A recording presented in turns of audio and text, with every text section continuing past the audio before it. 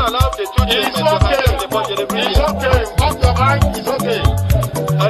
She off your mind. Like me.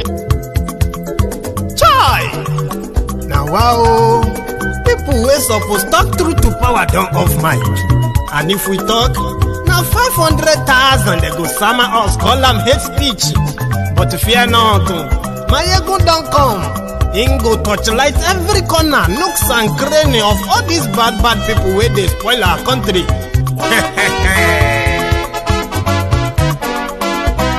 So my people make we laugh, my ego don't come, my people make we shout, my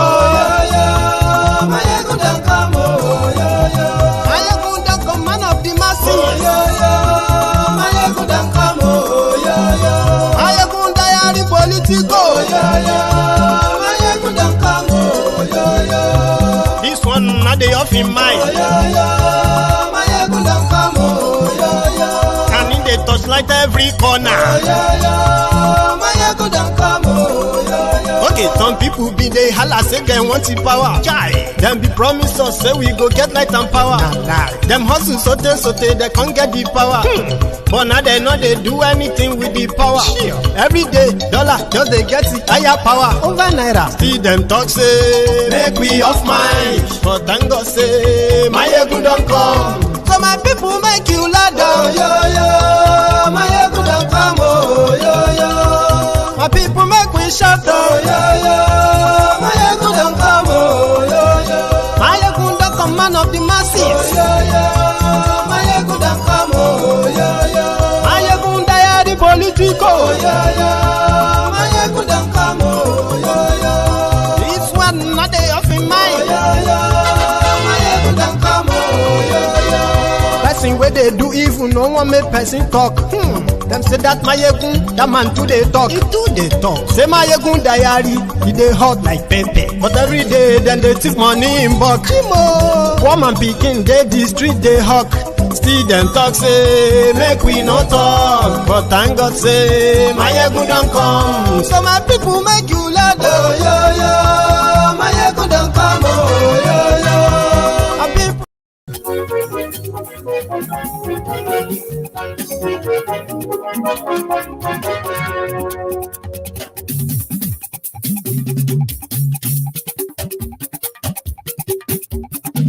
Hello there. Good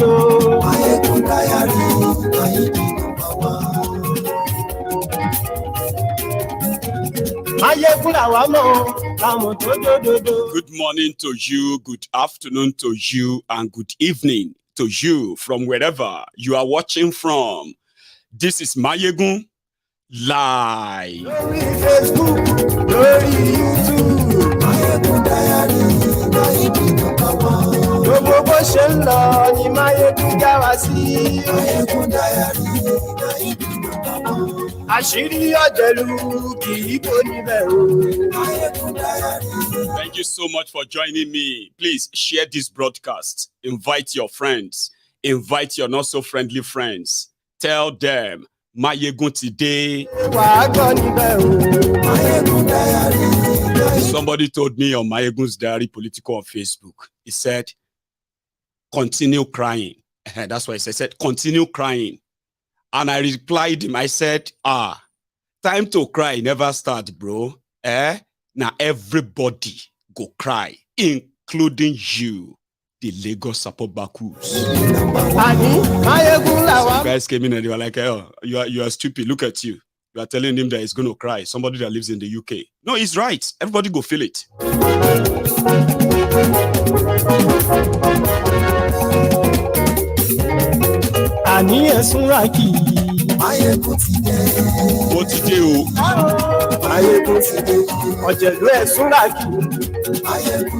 Share this broadcast.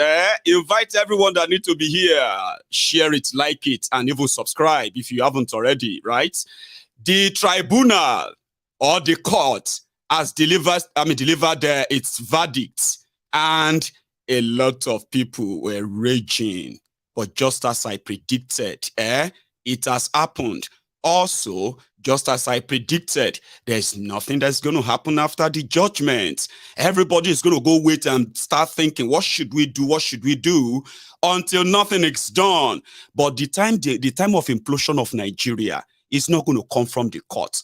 A lot of you who have expended your time for the past 1 year, hoping, moving, mobilizing, campaigning, educating, people to go and get PVC, because PVC is their greatest weapon. This is the end of the PVC.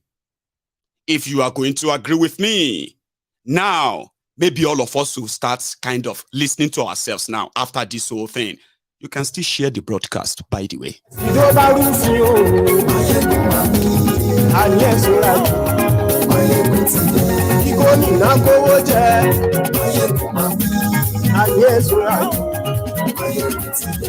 I'm not trying to mock you, but there's nothing you're going to do. There's not going to be any protest. There's not going to be any revolution. There's not going to be any reaction after the court judgment. Everyone is going to stay there confused. And this is going to pass.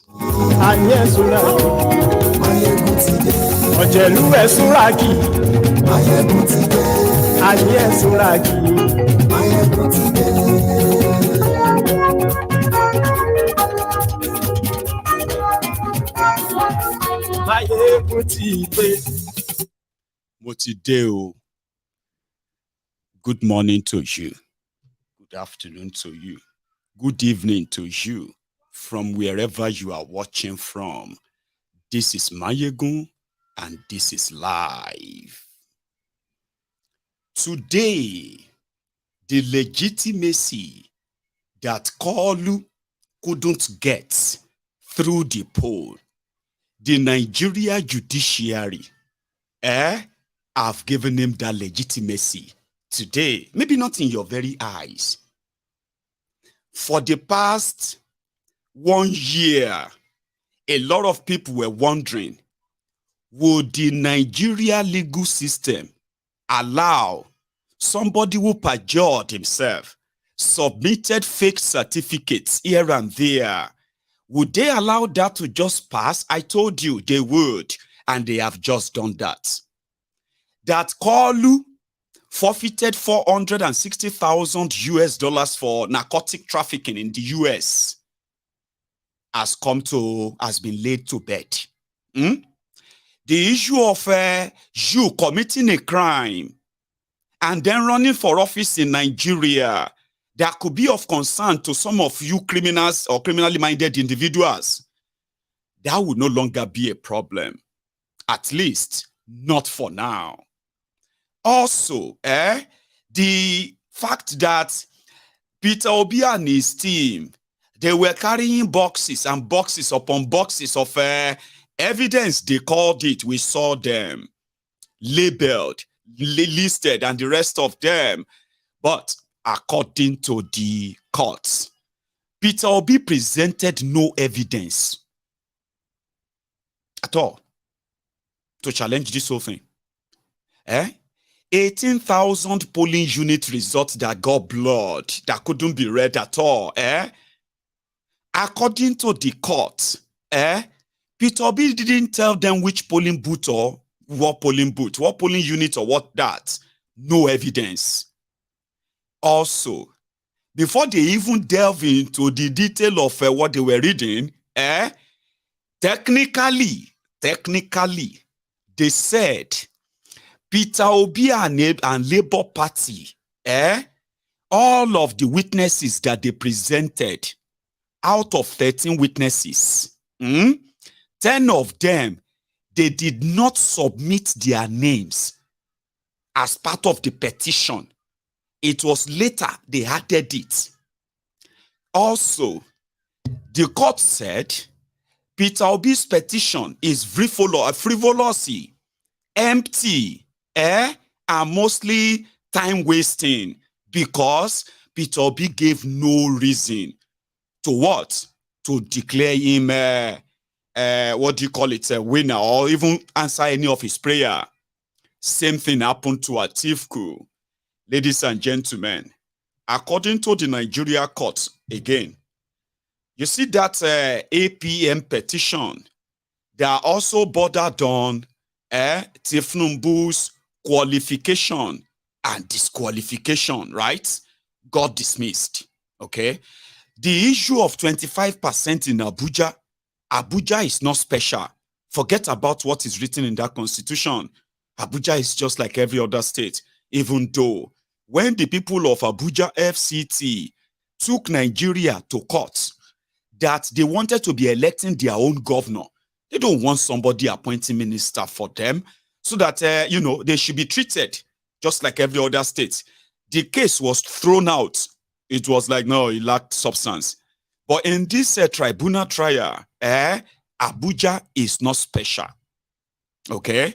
Abuja is like every other state. Therefore, you don't need any 25% in Abuja to be president of Nigeria, by the way.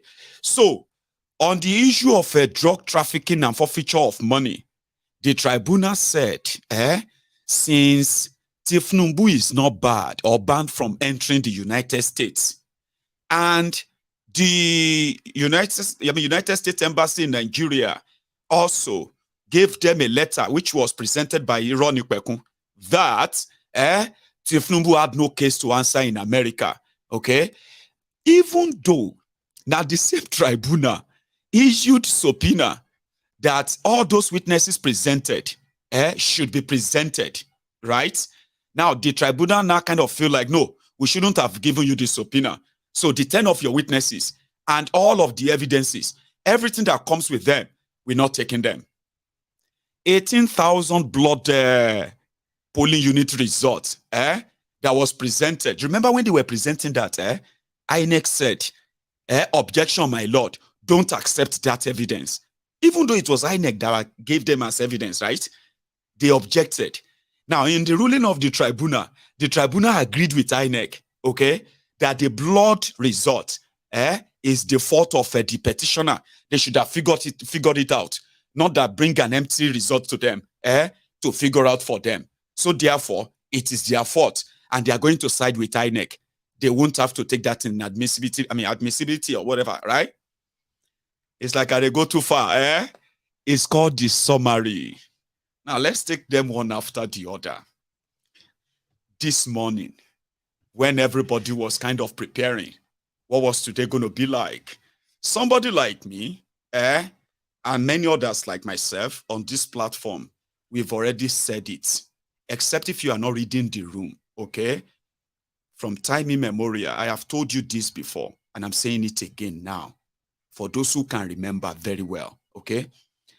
The first error, the first mistake was that to allow Tinubu to scale through and contest in that election.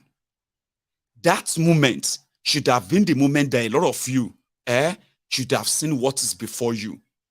Somebody will know the power and has the capacity to rig election by institutions. Now he's there. They sworn him in. Even if you are just this, in Nigeria, the way they structure Nigeria presidential system, even if you are this Dumbo, Dodoyo, somebody will know left from right, the day they declare you president of Nigeria, it's no longer about you anymore.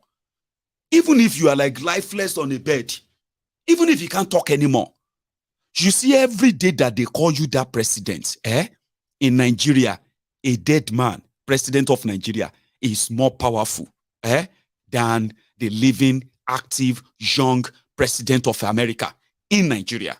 I repeat them. A dead leaf, Dumbo, we don't know anything. If they declare him as your president of Nigeria, it's no longer about him. It is about that place, the interest, and they are called establishments. You remove him, you are removing the life career of the criminals who are the owners of Nigeria. I have told you that before, okay? And they didn't surprise anybody except for those who kind of are hoping the fear of God or whatever other thing that you believe in and all that, right? It doesn't work that way. You see, the moment he gained that power, he is in charge. He could put his signature on anything. It is like, Baba, that beer. And I told you this before. I said, waiting you don't enter right now inside there, Tinubu hand, now only death can remove him there from that place. If he desire to do 8 years, he will do 8 years. If he choose to do 16, they go try him. By the time he is done with you, towards the end of 8 years, a lot of you won't have strength to fight back for him going for 16. Now, why did I say that? I know I am kind of a little bit young, but I'm not too young. I have been around for a while, okay? And you know one thing, life, they say, is a teacher. The more you live, the more you learn. When you know a corrupt system, a stinkingly corrupt system, I'm talking about like that of Nigeria, you must have this special strength in you that will tell you that Nigeria is redeemable. Election can save Nigeria. Coup can save Nigeria. Break up Nigeria and save lives. But again, for those who felt like, oh, that was extreme, we can always fight them. We'll take back our country. It is not your country. Nigeria is not your country. That's one big lie that a lot of us are living until the day you realize that Nigeria is not your country. You either follow or fall out. You don't understand. The system is programmed to work against you. Even you that is supporting them. You that is supporting them, like jumping up and down, laughing at people right now. No. You are not spared. Do you understand? Nigeria is not for you. It's not for me. It's not for any of us. It is for the rogues who have succeeded in capturing her and the institutions that could possibly checkmate them. Nigeria is not for you. When we get our PVC, we take back our country. Which country? That same Nigeria. You're not going to take that back with PVC. They didn't take Nigeria back. They didn't take Nigeria from you with PVC. You know that? They took Nigeria from you violently. Even when they pretended that, when they pretended that you have a new nation that you should nurture, you should grow, then snapped away from you. Since then, we have been living a mirage. You understand that? A mirage, okay? Where people live for the day. And in this instance, a lot of you will finally kind of come to that term soon. Why did people like us feel like Nigeria cannot be redeemed? Not through elections. I've said that many times, okay? When they tell you that, I remember when they told some of these young people then in 2020, they told you that you should take your anger, you should take it to the poll, go and register to vote. And if you don't like them, you can change them. You know what they meant by that? They will tell you to go through the right channel.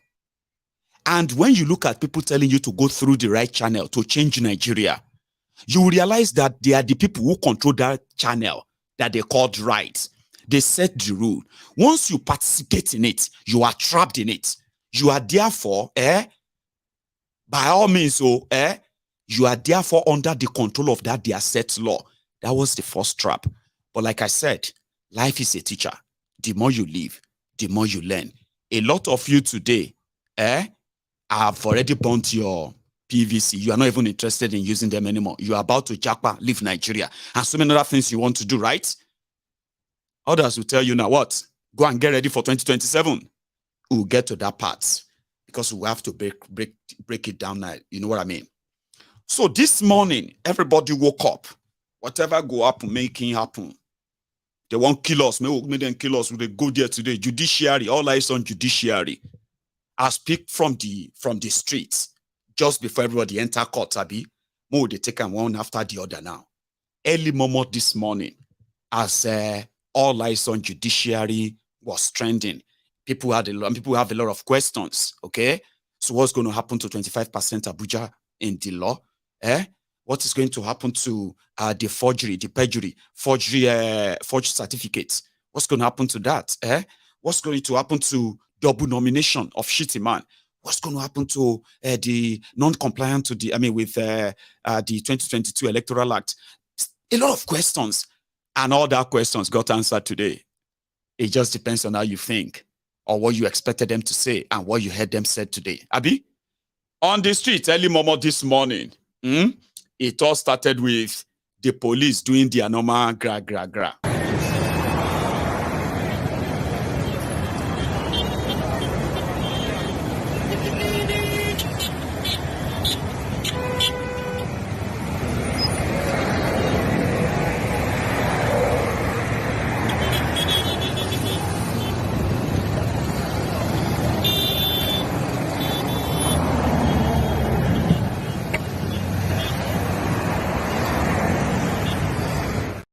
I think they called it a show of force, just to show people that if you do anyhow, you see anyhow. Even Asari people quickly arrived too in the morning.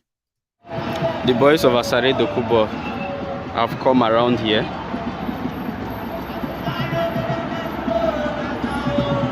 This is definitely Asare Dokubo's boys.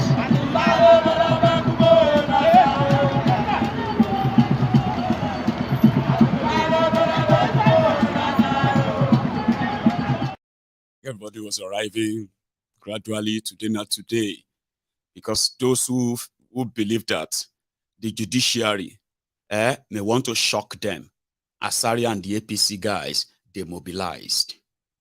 The obedient themselves, as usual, they mobilized, okay? And then the Atiku guys and all of them too, everybody, appeal court. Yeah, I think this is also part of that. Will you die for Nigeria? We have seen the way they suffer. KK drivers, yesterday they match order KK. They match order machine. They broke clothes, what is for the sell. Destroy everything with fire. How will they cope? At the end of the day, they will give the law. They will have to not give the right people. Now they will say they're criminals. Because what they're doing, they are taking the opportunity away from them. How can we continue in this way? They will come and destroy where you are living. Yes, how can we continue in this way? We want the country where we want the country where maybe to come and destroy our things. Let them cannot stay on the road again. They will come and carry you. Destroy what you are.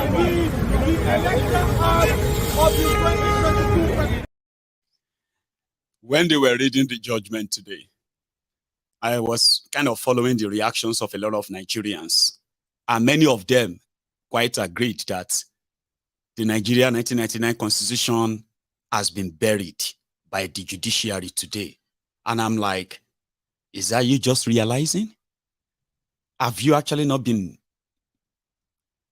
hearing things or seeing things about this fraudulent 1999 constitution? Do you not think it's one day going to be a problem like this? No? That's how messed up Nigeria is. It's going to be a long night. I hope you have the time, by the way.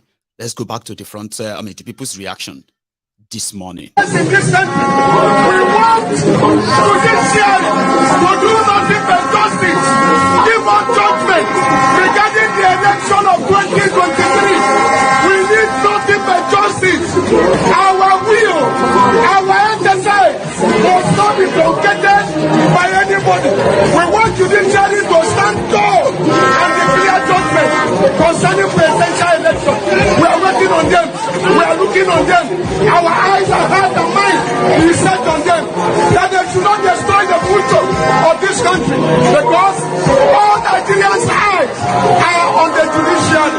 My young men, your future is at stake.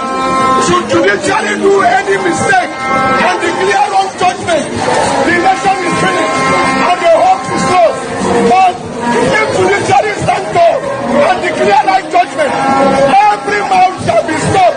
Nigeria will march forward and create progress to a very high height. Thank you. Keep on the struggle.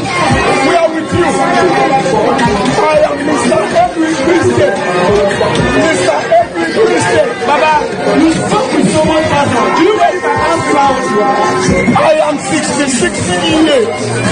And you are putting your eye at the age of 66 on the judiciary. Yes, yes. Because we can no longer continue on a stolen mandate. Nigeria cannot survive on a stolen mandate. Nigeria can only survive when there is true democratic government. The man elected by the people to take up the mantle and deliver the nation from all the mess we have suffered in the hands of criminal leaders. We shall no longer continue in criminal leadership and governance of this country. We should be tired of it. Thank you so much, sir. God bless you. Thank you for supporting. Somebody said, tell Peter Obi to go back to his Agulu. He will never rule Nigeria. That's great, Baba. But did you know that Peter Obi is a member of the elite too? Which means whatever they turn Nigeria to, it stands to benefit. Why the rest of, just like the rest of those you probably think will be punished for, like, you know what I mean? He is a member of the elite himself. He is a capitalist himself. He has businesses that actually run in there and will actually, will benefit from the chronic capitalism that you have in Nigeria. He's probably never going to, well, anyway, you all know that, so I don't have to repeat that. But the point here is this.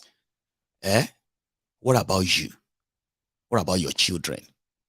What about their future? 8 years under APC, Egbekegbe. How did that go with you? Another 8 of that.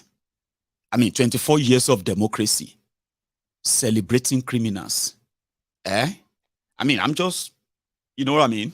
Because a lot of us are not really going to be directly affected. But as long as this contraption is still kind of all together, are you sure that this same APC, Egbekegbe, actually have a plan that can secure the future of your own children with what you know? Or is it just inshallah?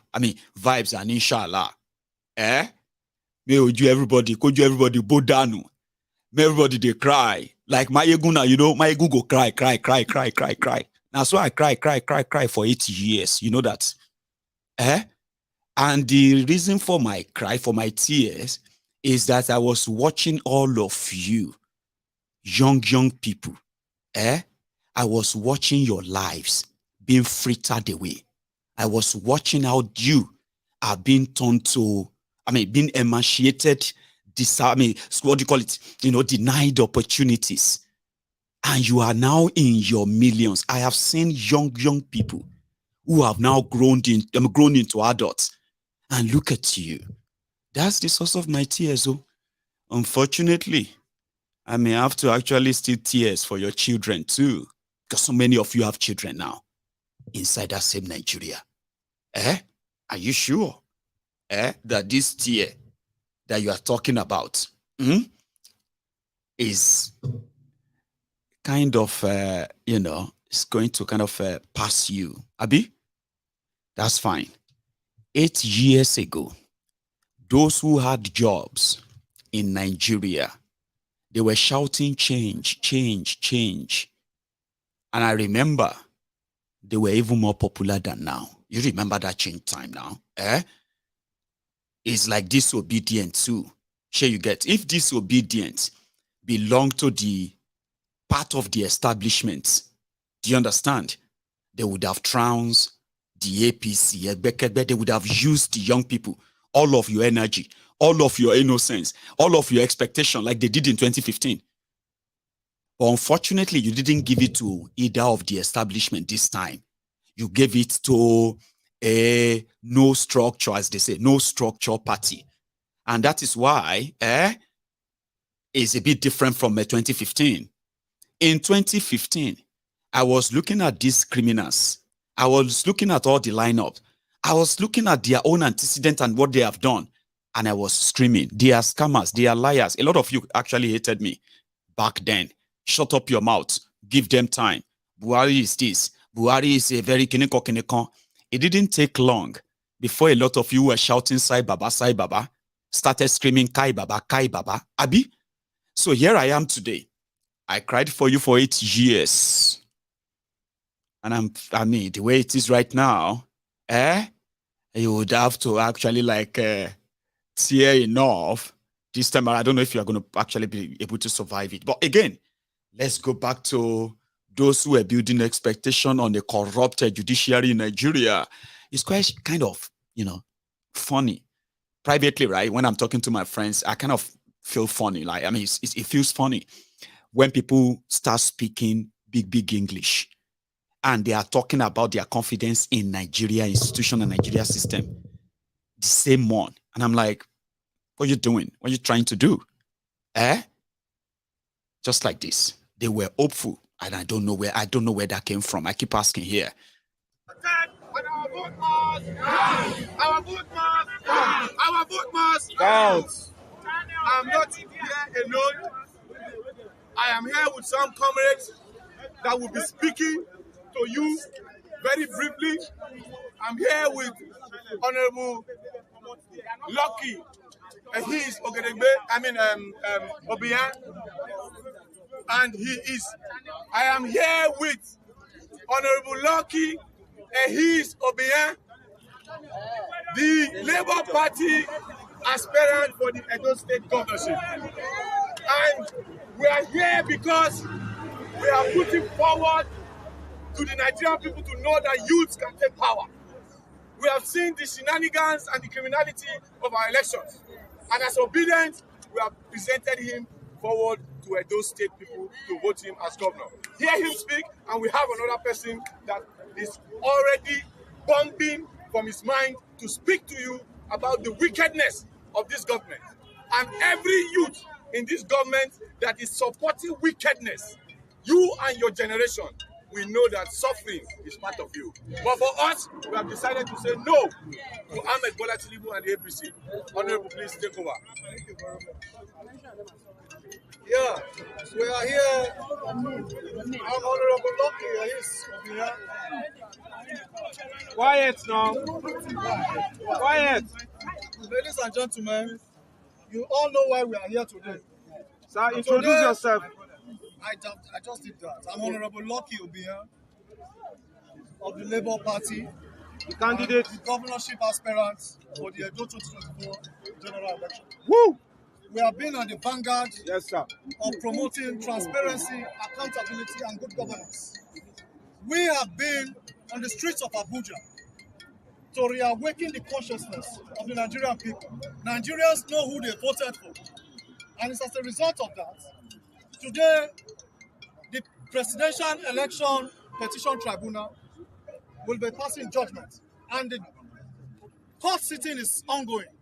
It is important to inform Nigerians, as we speak currently, an amorphous wing of the All Progressive Congress in the capacity of a Niger Delta ex-militant has been given access close to the courts, while other political party supporters have been denied access close to the courts. It is also important for Nigerians to know that as judgment is ongoing currently, the Nigerian government, under the illegitimate rule of President Bola Tinubu, they have connived with what we call NEPA to shut down the entire power of Abuja and Nasarawa State. To make sure Nigerians don't have access to the live proceedings going on. This will not be allowed. Yes. This is gagging the communication freedom, the freedom of speech, the freedom of assemblage in the Nigerian society. This is not allowed. This is an aberration. Yes. Today, we are reminding the judiciary that any amount or any attempt or attempted attempt to subvert the will of the people will be met with strong resistance. Yes. It will be met with strong resistance. Yes. Rigging is a coup d'etat against the constitution of any clime in any society. This is a constitutional misnomer As you all know, the spate of coup happening across Africa is as a result of bad leadership. Sit-tight leaders who perpetuate themselves in governance, who create ruling dynasty in governance. Nigeria is not far-fetched. Nigeria is not far-fetched. We are not members of G20. We are not members of G7. We are not members of BRICS. What is the business of the illegitimate government of... All right, Honorable, because, you know, a lot of them believe that the people they are dealing with actually care about how good you can talk or vibrate or do all this, whatever you can. They don't care about that. They've seen enough of all of that. It was like it was there saying we want the judiciary if they try anything today, blah, blah. That was in the morning, you know. I'm not trying to mock Honorable. I'm just like letting them know that, like somebody said on this program last night, it is more than just talking, Abi. Because just like he alleged, here is Asari Doku pig there too earlier. So if you see Asawana, if you do anyhow, you see anyhow. And they were very close to the to the courts of appeal, where they were reading the judgment. So he was right. The Honorable was right. And anybody who wants to seek any other means other than the constitutionally prescribed means, we will meet him. If you do anyhow, you do anyhow, we are telling you, this is not Bola Tinubu speaking. It is Alhaji Mujayi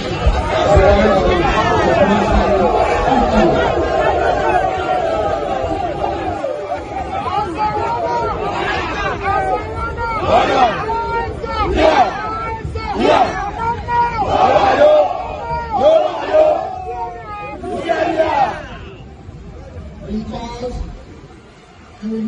your cheap blackmail will not work. Don't bring them a Bola Tinubu to this matter.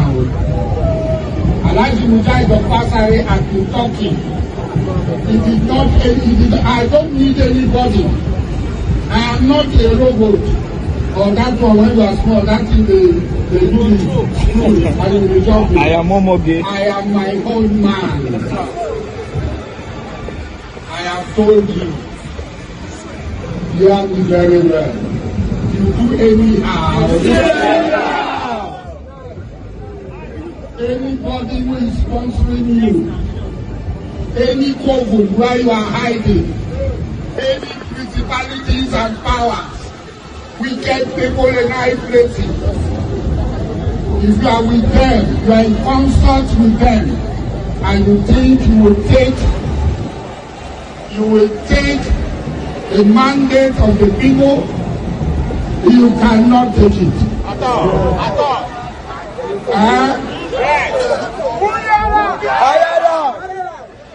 The men that are here will watch us very well. We are battle tested. Yes,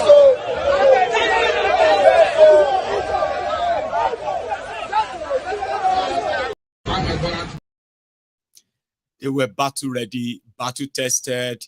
If you do anyhow, you see anyhow.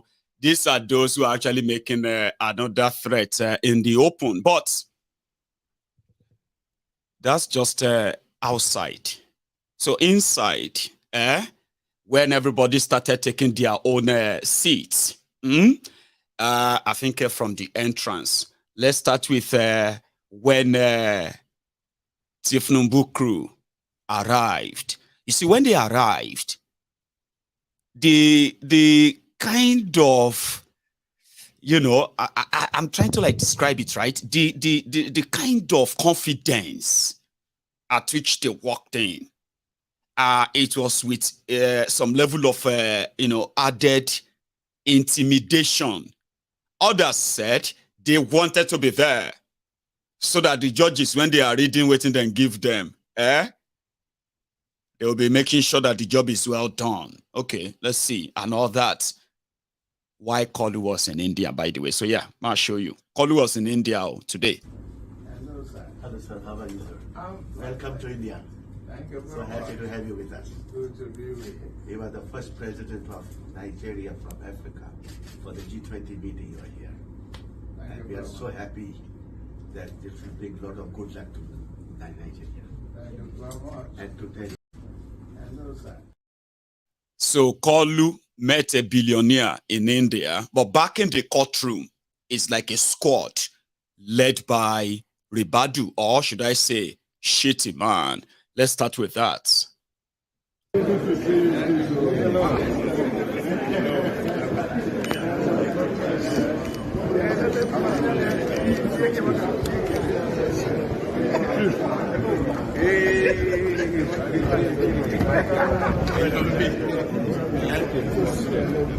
Stay back, sorry.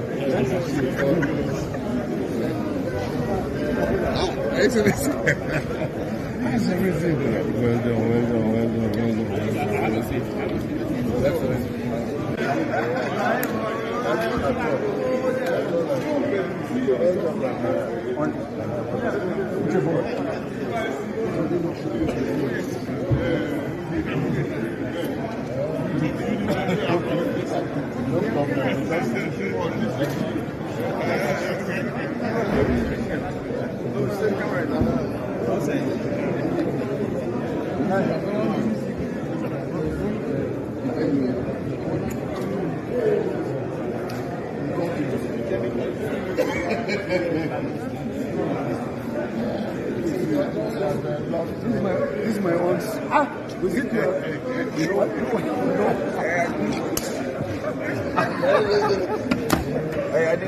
Hello. You know this boy you are seeing. You know, he has grown up. He is supposed to be what do I need boy you are seeing. I brought him up. I trained him. Me and which is his friend IBB, and then M2 Abiola, and then Atiku my friend. And now I have grown. You have grown. You see why you have grown. I like that. Well, how are you? Yadi? Okay. Yeah, Mama.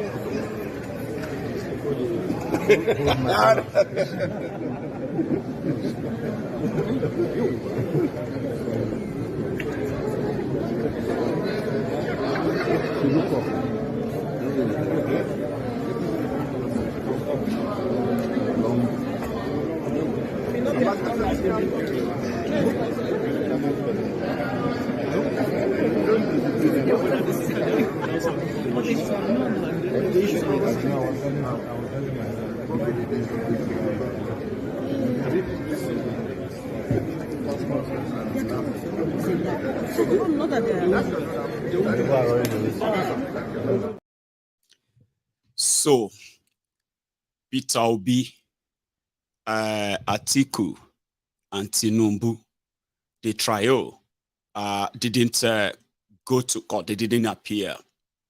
Now, let me give you the summary of what happened, especially in that court today. It's a long video for hours, so, and I think they are still reading it, by the way, that of Atiku. However, when they started the case, they started with APM or something. That is another political party that is filing their petition on disqualification of Tinubu.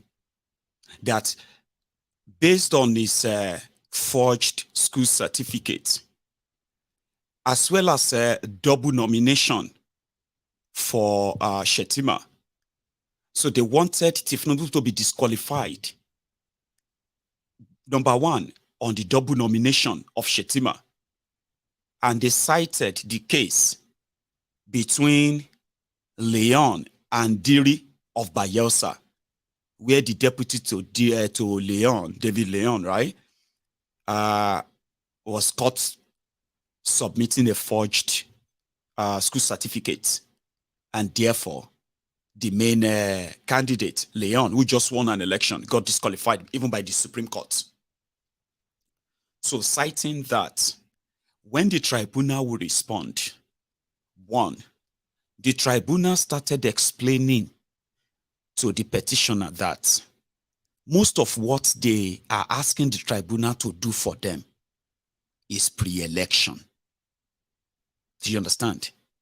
Which means the nomination of Shettima as running mate to Tinubu, right, was done by the political party APC. And it is the business of APC on who they choose and when they submit them as well, kind of.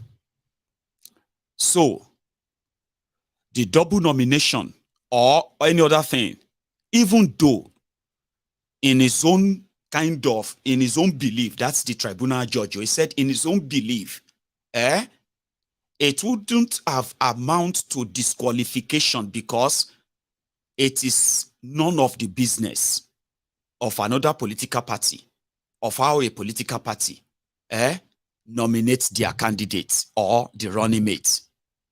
So in a nutshell, right, according to them, it is the political party that nominates candidates for election. How that candidate, whether that candidate has been nominated for a position before, and they withdraw that and they have to put him on another nomination, they do both at the same time, that is the business of the political party. It is none of your business as opposition. Okay? Meanwhile, when you go to tribunal, when you go to court to try to challenge that, the court will tell you it is the business of the party. Okay? So where do you take it to? You take it to the tribunal. When you take it to the tribunal will tell you it is a pre-election matter. All of that qualification, he had criminal past, he had this or that, all those things are pre-election. You should have fought them in court. Not us. To help you, use something that you should have used to stop the candidate, to now bring that in after election. Do you get that? Do you get the mago there? It's just simply mean it is impossible to prove any case, especially for the position of president, any case against any president in Nigeria, their rig election. You just can't. Because if you try to challenge them this way, they will tell you, well, you may have a case, but what happened is that it's a pre-election matter. We can't say anything about it. But before election, if you go to court, the court will tell you it's none of your business. It's political party matter. But the law itself says if you have this or that, you should be disqualified. They will say, well, the law said that, but it's not for you to use the law. Because it's not your political party. You are not a member of the party. That is the technical part of it. So they use that technicality to knock out the APM. So the moment they started reading that of ARM, APM judgment, I knew it was over. Because, you know, when they were hearing the trial, they kind of heard all the petition at the same time, remember? And they said they were going to give their judgment at the same time, especially where their prayers are similar. Once, Atiku is in America, looking for University of Chicago certificate or something to present in court in Nigeria. Okay? So, they don't care. Their own is that by the time you bring anything out, technically they cannot knock it out, okay? But the thing here is this. If they are already saying forgery and perjury that one petitioner submitted has been thrown out, you know, say if you see perjury and forgery and all of those things in your own petition, you know, so they go cancel them. I'm coming to that. So when they finish with the APM, Allied People's Movement, they said they thrown out, they dismissed their petition because most of what they wanted to use to prosecute their case, evidence they thought they presented, all of them, they are pre-election. It is none of their business how they nominated. In fact, at a point, the judge said, even if they nominated Shettima as a senator and vice president, he believed that it's not intentional. Shebi, they say there is no ignorance in law. Today, a lot of you now realize that if APC and Tinubu wanted to do it, they shouldn't have called any witness at all. You see the judges, they did the defense of Tinubu better than his own lawyers today. If you listen to the whole thing, the judges, they defended Tinubu and Shettima more than their lawyers today. They said, okay, even if Shettima was doubly nominated, they believe that it's not intentional and it's none of your business.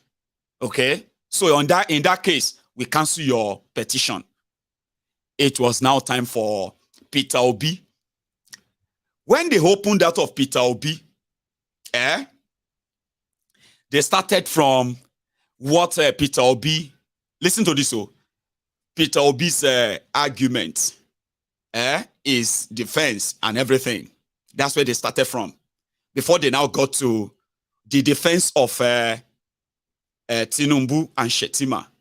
Now, they will read Peter Obi's lawyers, argument. They will now read the defense put forward by Tinubu's lawyers during those hearings. All these things you are seeing them, you heard them reading today. Those were the arguments between the two lawyers during the trial. That's what they were reading. But if you pay attention very well, when they finally read the part, they will now add their own statement, which is their own observation before judgment. And that is where, listen to this, where Peter Obi was asking the tribunal, to disqualify Tinubu because of certificate forgery. The difference between Peter Obi's petition and case and that of APM is that Peter Obi got different witnesses to back different prayers. Here you get where they spoke about forged certificate and the rest of order, right? They back that with the real certificate and the fake one they submitted to prove that this is perjury. Okay, the original hasn't still been presented though, because they didn't really present much evidence. I mean, defense anyway, right? So the the courts who actually subpoena some witnesses, to come and back Peter Obi's. And again, 1 second, how many of you still remember that the same tribunal gave 5 different orders to INEC? The INEC should release the election result and document to the petitioners. And INEC refused 5 times for more than 6 weeks before the whole thing finally go to trial. Remember? I don't know if you remember, right? Well, it doesn't matter. I will remind you.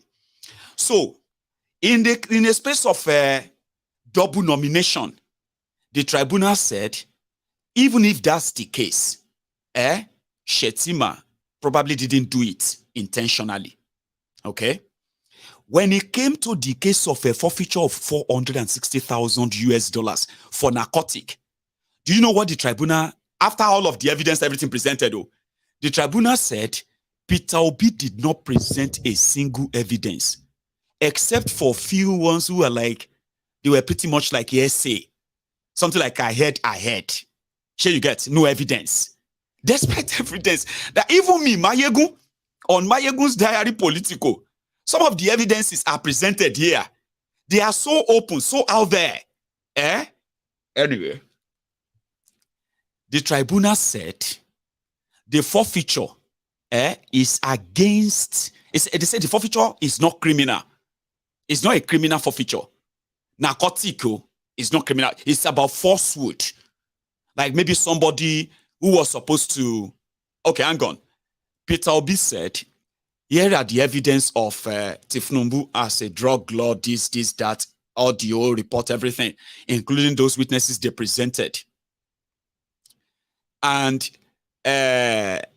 Tinubu's lawyers said, my lord, no, that never happened. So when the tribunal want to give their own statement on that, you know what they said? They said the petitioner, Peter Obi and his lawyers, they alleged that the reason why Tinubu forfeited $460,000 in the Chicago courts in America was for narcotics.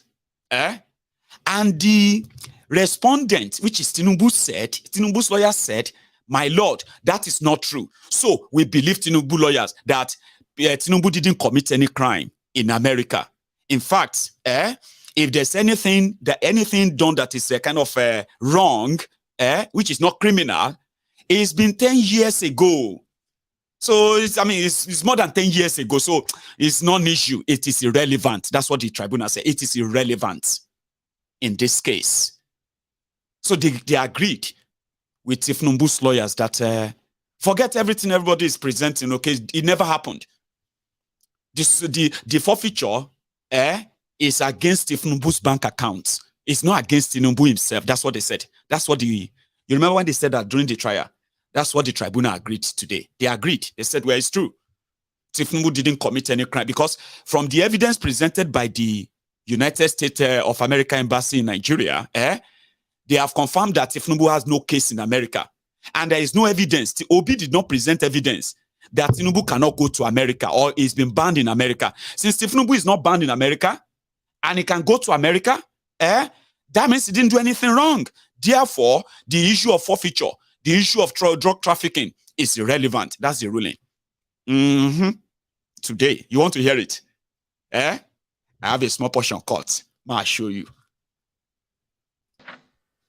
A careful perusal of P5 relied upon by the petitioners showed that the case number 193-PV-04483 was in the civil docket of the U.S. District Court, Northern District of Illinois, and it was a civil forfeiture proceeding against funds in specified accounts with First Heritage Bank and Citibank NA. Exhibit N5 is actually an action in rem against the funds with First Heritage Bank and Citibank. It is not an action in personam against the second respondent. In Jonathan versus Federal Republic of Nigeria, citation supplied, the Supreme Court held in inter alia that Section 17 of the Advance Fee Fraud and Other Related Offences Act 2006 provides for the power to make an order of forfeiture without conviction or for an offense, and that an order of forfeiture under the section shall not be based on conviction for an offense under the Act or any other law. The Apex Court further held that there was no need to prove any crime in forfeiture of property under Section 17 of the Advance Fee and Other Related Offences Act. A civil forfeiture is a unique remedy which rests on the legal fiction that the property, not the owner, is the target. Therefore, it does not require conviction or even a criminal charge against the owner, as it is not a punishment, nor is it for criminal purposes. See also the cases of Lawari Furnitures and Baths Limited versus Republic of Nigeria, Alison Madueke versus ESCC. From the legal definitions and judicial authorities cited above, it is clear that the sentence of imprisonment or fine for any offense involving dishonesty or fraud envisaged in Section 137, subsection 1D of the Constitution is one imposed upon a criminal trial and conviction. In the instant case, the petitioners have failed to show evidence that the second respondent was indicted or charged or arraigned, tried and convicted, and was sentenced to any term of imprisonment or fine for any particular offense. On the part of the second and third respondents, they have contended that the second respondent was never fined for any offense and has no criminal record in the United States.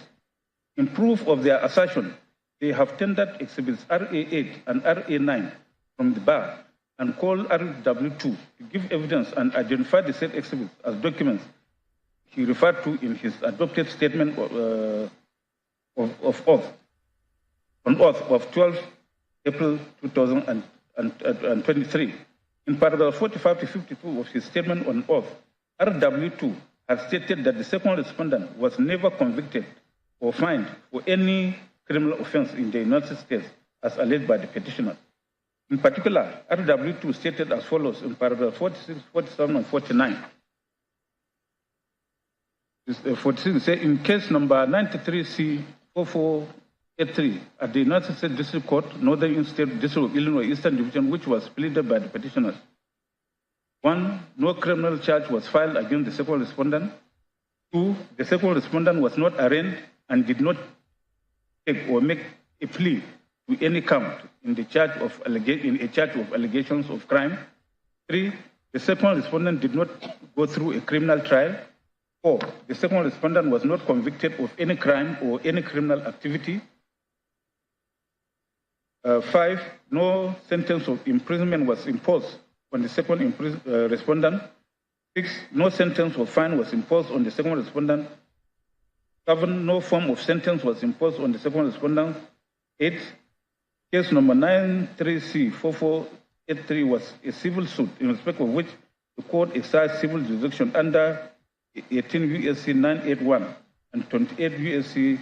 1345 and 1355.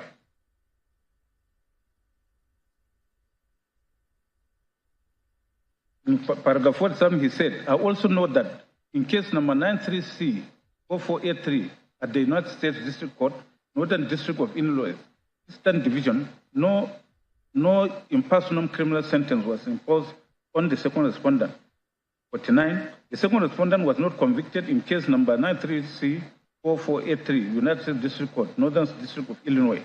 The United States of America, through its embassy in Nigeria, had, by a letter dated February 4, 2003, addressed to the then Inspector General of Police, confirmed that upon the record checks of the Federal Bureau of Investigations, National Crime Investigation Center, NCIC, the Centralized Information Center that maintains the record of every criminal arrest and conviction within the United States of America, there were no records of any form of criminal arrest, warrants against the second respondent.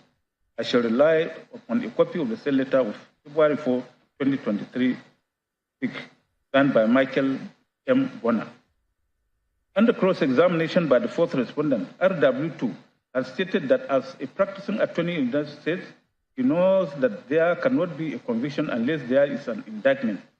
He also stated that exhibits RA8 and RA9 gave the second respondent a clean bill of health. Did you hear that? As you know, people have already said that law is law. Emotion cannot change that. That a lot of you are just being emotional. The law is the law. What do you expect? Since Obi no prove anything. How could you? They said they didn't even prove how he scored the highest votes. And all of those things that their media are already spewing. So, Baba, when somebody said that when Obi and his people, when they were lifting boxes, you remember all these kind of images when they were lifting boxes as evidence.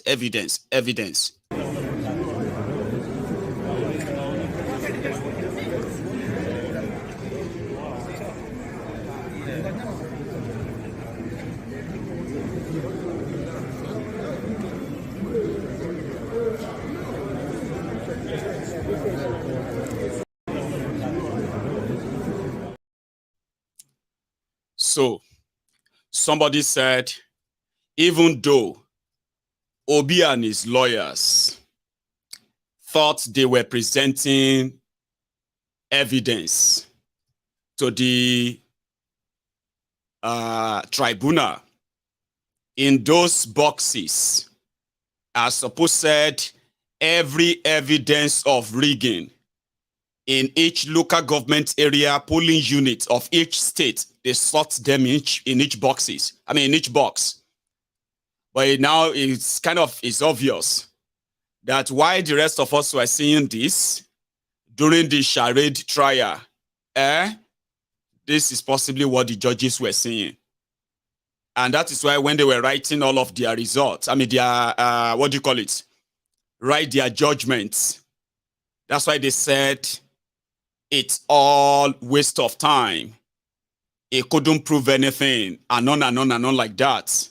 So it's not surprising, even though it might be a little bit condescending, but it is what the judiciary did today. So, going forward, on the issue of dual citizenship that Tinubu didn't declare, talking about the Guinea certificate, I'm sorry, it's the Guinean citizenship. You know what the tribunal said? That's irrelevant. Even though your law said, at least if you have any of such citizenship, you are expected to at least make declaration, a disclosure, kind of, so that they will know that, oh, the person who wants to be the president of Nigeria is this, that, and all that stuff. It's like the law. But when it goes to when it got to the tribunal, they said that's a non-issue. Remember that Ronnie Pekun indeed defended that by saying the passport expired in 2020.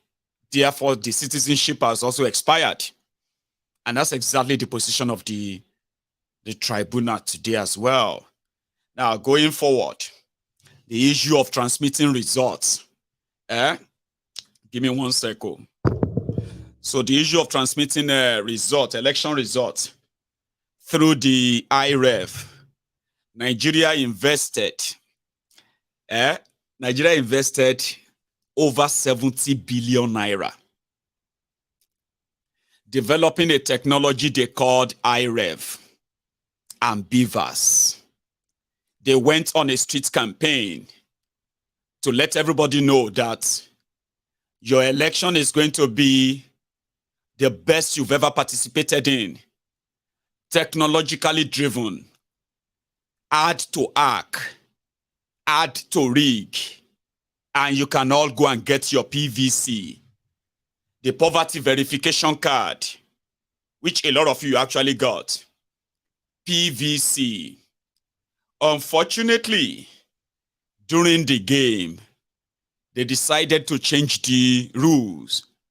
So the tribunal agreed that even though they spent billions lying to all of you that they were building PVC, they are building PVC and they are building Beavers, they are building IREF and the rest of them, inside that same electoral act, do you know that the use of the IREF or the use of Beavers or anything at all in transmitting or conducting election, the whole authority is on INEC. And that's the game they have played to all of you. Go and do the right thing. Go and join the right channel. Go and vent your anger. Go and join politics. Go and vote them out. Go and blah, blah, blah, blah, blah, blah. But inside the rules, the ones they promoted is that your election result is going to be transmitted straight from the polling units. That's what everybody has been singing, just like it was in 2019. In 2019, it was INEC server. Remember? Nigerians were so raging with APC in 2019, okay, that despite the fact that they were given just APC, PDP, and Omoyele Sowore, they decided to go for Atiku. Remember?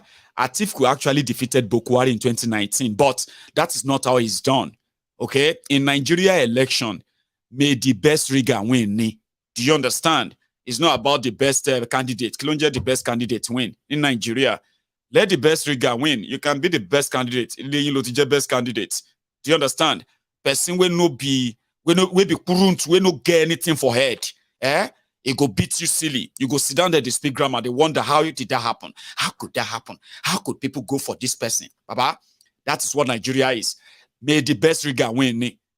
And Bokwari used his chance. It wasn't Jonathan, you know. It won't be Jonathan. So he did that. So then everybody, I remember that time, everybody campaign, Sava. I mean, that was another experience for me personally.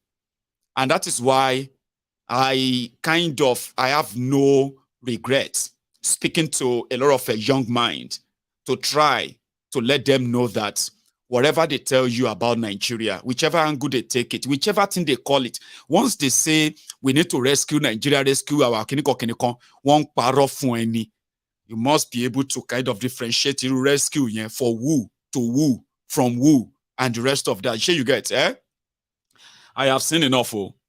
In that 2019, a lot of people remember that INEC Nigeria spent 110 billion naira building something they called INEC server, where all of the votes, all of the results will be stored. And there's a back end there to save all the votes, so that if you go to a tribunal, the results are going to be there. Everybody just go straight to INEC server. I don't even know how they manage to sell that. What is server? What is INEC server? That's the scam mode they collected over 100 billion naira for in 2019. And truly, all of us, so educated, at the uneducated, all of us started shouting server. Where's the server? Server. Bring out the server. If they bring out the server, the real result is inside the server. The server is there. Atiku he went to court. He was asking the court to tell INEC to give them server. On the day of the judgment, you know what they said? They said technically, you cannot make a mechanic to come and drive a plane. Technically. So which means it don't make any sense at this point, Baba, to believe anything the INEC told you. Even if they don't fool you, you should at this point, That was what a Tanko technicality said then. Technicality, for the first time, I heard onto that word. I used that word many times. Technicality, because I took my time to study what technicality was. Technicality is that you cannot win a case against the establishment that conduct an election that is already rigged against you. Everything you need to fight that rigged election, and them supposed give you. If the contest say no day. If he didn't day. How do you fight? How do you fight for what is right when the real information are not given to you? Meanwhile, the law says they have to give you all of that information to fight your case. Now, from that server time, now that time I know Nigeria no fee, nobody feel save Nigeria anymore. You know why? Young people, Atiku boys, who were shouting server. It just happened like magic. Hey, suddenly they started saying, there is no server anywhere. There is no server. Server, forget server. Forget server, Kate. Forget server. They shall divided them. I remember that time on Twitter. They divided. Actually, they gave them money. That was the moment I started seeing how hungry those who call themselves Nigeria social media influencers are. Especially those ones who like to tell you that they have an idea about politics. Meanwhile, they are influencers for the same rogues and criminals. The highest bidder, 2019, by 2021, by 2020, even Atiku don't know, say, he no get anybody because he no fit pay them. Now them, they defend Buhari. Now them, they defend INEC. It was so ridiculous, Atiku's boys, surprised, started defending INEC. But they are saying, no, they don't like APC. APC government is this, Buhari is that. But Ashe na INEC contract, this same Mahmoud. So whenever they started shouting IREF, Beavers, everything they inside their Beavers. You must put everything inside Beavers. Everything must be inside the IRF. Let us go back end, let's say back end, kinikon, let's say digital food. You don't understand who you are dealing with. There's nothing logical that makes sense to them. We are talking about career criminals. It won't sort of law against people who actually knows every corner you want to pass. Now them create the whole corner. Nigerians didn't write the constitution. A lot of you today are telling yourself that the constitution is dead. Nigeria constitution is dead. Now you they know. A lot of us have realized that a while back. And we have been screaming that until all of you knows that until that constitution is gone. And for it to be gone, you have to shut down this entire establishment, this entire system. You're on your way to that place, so don't worry, you get there. But a lot of us who have seen that, the trashy paper called 1999 Constitution, as long as it exists, Nigeria will never know peace. Nigeria will never know progress. Nigeria will never know development. And those who are benefiting from it, they will tell you nothing is perfect. Why they what? They use the future of your children to play kalo, ludo, ludo, yeah? A lot of us knew you had no constitution, you have no nothing there. So, Anyway, when their judgment finally got to, when it got to that, why should INEC not follow their own law? Same thing. INEC said, now part 1 you they read. All this IREF, beavers, all these things, all of you they shout everywhere. That's why they said if you are buying something, read the terms and conditions. If all of you are farabale, read the terms and conditions of the nonsense, the law, the electoral act, a lot of you will never invest your time like you did, thinking you had a chance of winning against the house. I've told you this before. I said, Nigeria is like a casino. Here you get. When you go in, you can go in and make a lot of money. Okay? It depends if you actually belong to the house. But whatever money you think you want to make from Nigeria, illegally, corruptly, you must what? You must pay the house. The house is the establishment in Nigeria. Okay? Now, if you now think you can enter that casino, cash out big, that is, take out all of the resources you can get, win big against the same casino. Aba, go and ask those who have been regular gambler. You are a gambler who had no sense. You can never win against the house. That's exactly what Nigeria has become because they set the rules. Okay? So, they are now saying, now part of the terms and condition for 2023 electoral act, some of you read, with these beavers, they cannot rig election. With this kiniko, Buhari want to leave a legacy. Some of you who kind of live through all those deluded time. It is clearing on your eyes right now. Everything is becoming clearer that number 1, Nigeria no get law. Number 2, Nigeria no get court. Number 3, there's no institution to stop anybody. Number 4, you are at the mercy of state capture criminals. Baba, you are done for. I wish I could say it's even more like better than that. You are done for. So INEC don't come out talk say, inside that same section B, section T, section me, go and read section B, C, D, M, Z. He said, yes, we can use IRF to transmit, okay? And we can also carry the result on top bike, go and take it to somebody. It is also transmitting. Manually, electronically. Now we go decide, not you. That wasn't what you told us. You told everybody that they will transmit and everybody was getting ready. No. Yes, we said that, but that's not the whole story. So today, the tribunal said, just like they did in 2019, INEC is the only one that can decide how they want to transmit their results, election results. Okay? Because the law says they are the only ones who can decide. So you see all the witnesses that they brought. Listen to this one. The witness they brought from Amazon. You know, saying Amazon built that portal. That IRF. Now Amazon build them. Now Amazon build the beavers machine where you gonna go they take picture of your voter's card. So Peter Obi and Labour Party, they brought in somebody who worked for Amazon, experts. They said an expert. They subpoenaed the person they brought him and brought her. When they are reading the judgment today, you know what they said? They said she had an interest in the case. She stands to benefit if they declare Peter Obi winner based on her evidence.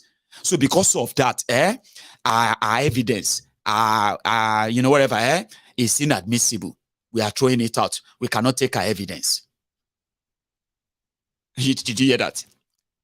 They said some of the witnesses for Labour Party, Peter Obi and Atiku, they said some of them who came in to be witnesses, they came to witness because they will benefit from the victory of either Atiku or Obi.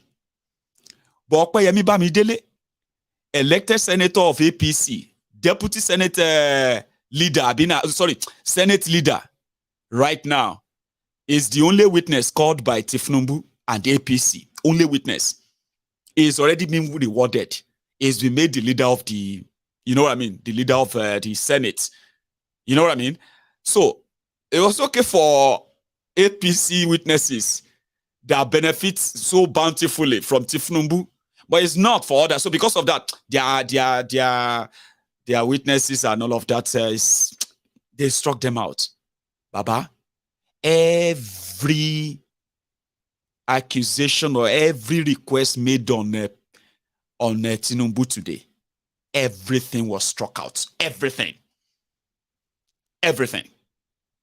So which means Tinubu is now legally or legitimately going to be your president for the next God knows when. No, I can't say. I don't know. And their lawyer actually stood up at a point just to be sure. So when the tribunal judge read his what have you to some extent, you know what he said? He said on this note, I am therefore withdrawing Peter Obi, Labour Party's petition. Okay? And he didn't say dismiss. That was when APC lawyer stood up. My lord, did you dismiss the case, Niabi? You said you withdraw the case, sir. My lord, did you dismiss the case or you withdraw the case? That engagement or that conversation. My lord, sir, I'm very sorry again, sir. Yes. Even if your lordships are going to say, your brethren are going to say their piece later on, sir, at least you all, my lord, well, you all should be arrested by saying it's either dismissed or is allowed. Huh? I was wondering if your lordship would not pronounce that it's been dismissed. So that... what are you saying? I'm sorry, but I don't want to be confused, sir. I've listened to your lordship's eloquent judgment. Sorry, please, Leonard Senior. You don't have to interrupt judgment. We are delivering judgment and we are still on. Please leave the judgment where it is. My lord, I'm very sorry, sir. If you are confused, when you get the judgment, you read it. No, my lord, I'm not confused at all. Okay, then please. I'm making a suggestion. No, you don't have to suggest to us how to deliver judgment. I'm sorry. So you seriously think that all five of us wouldn't know that? Lord, wouldn't know what we want to do? I apologize.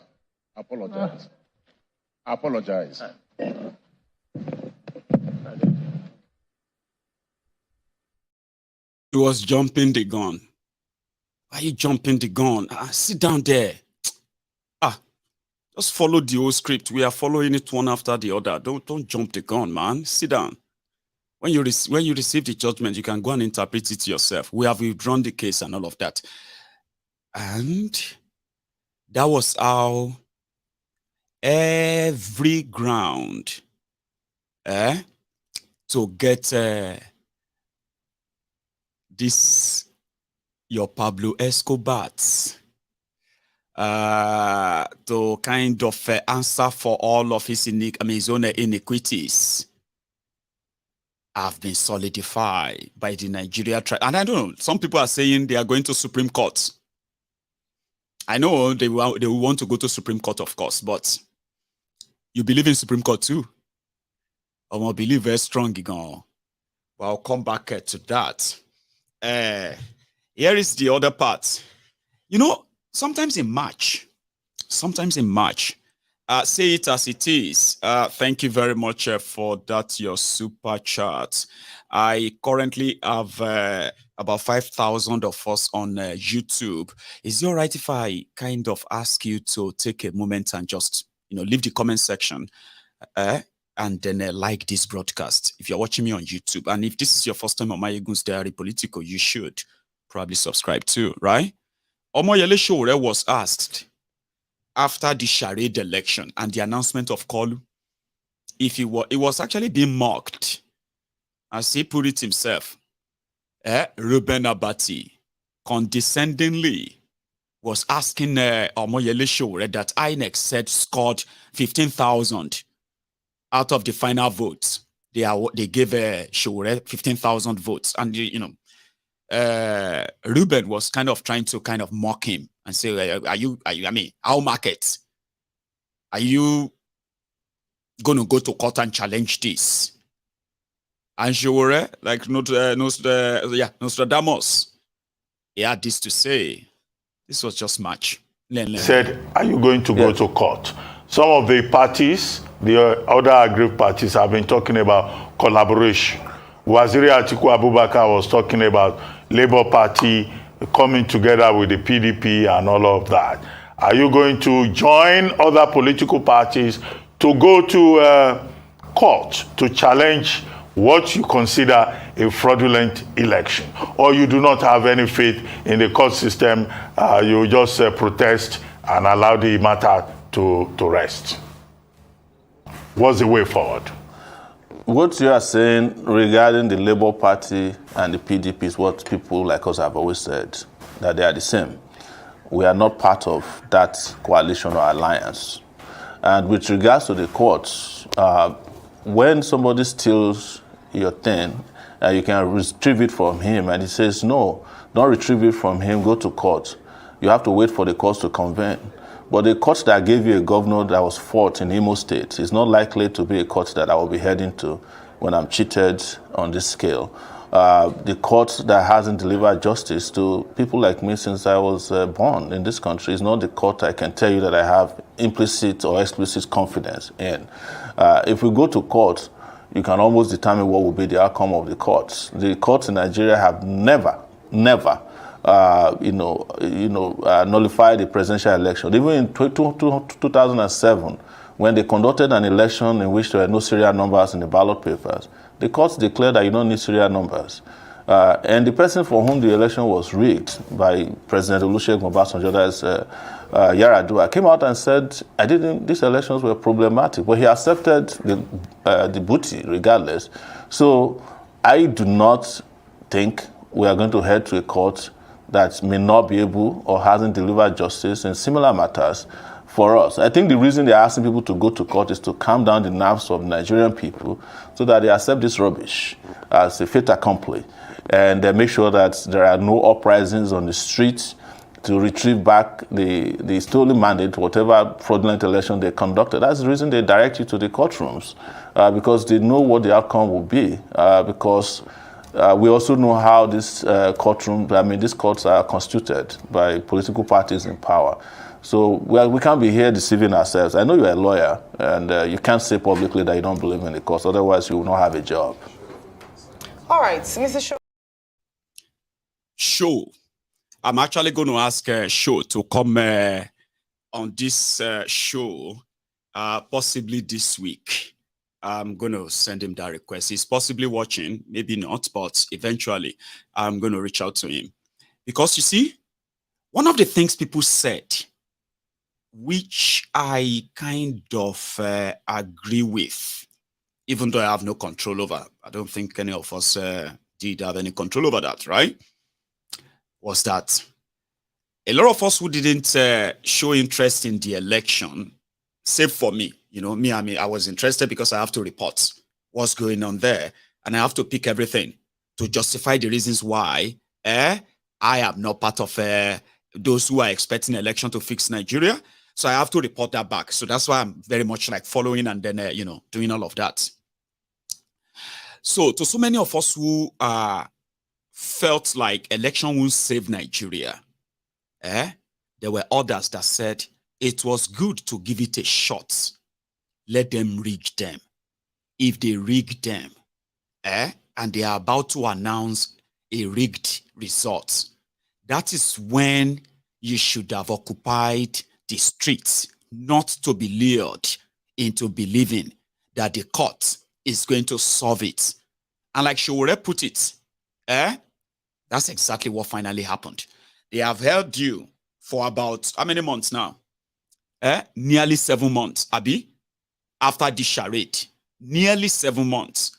So whatever anger you had, whatever rage, whatever everything, you remember that time when some people will be like, on the 25th of February, now like this, I go press on for Obi. You remember all those times we were joking about that? And they said, no, don't do that, now void vote.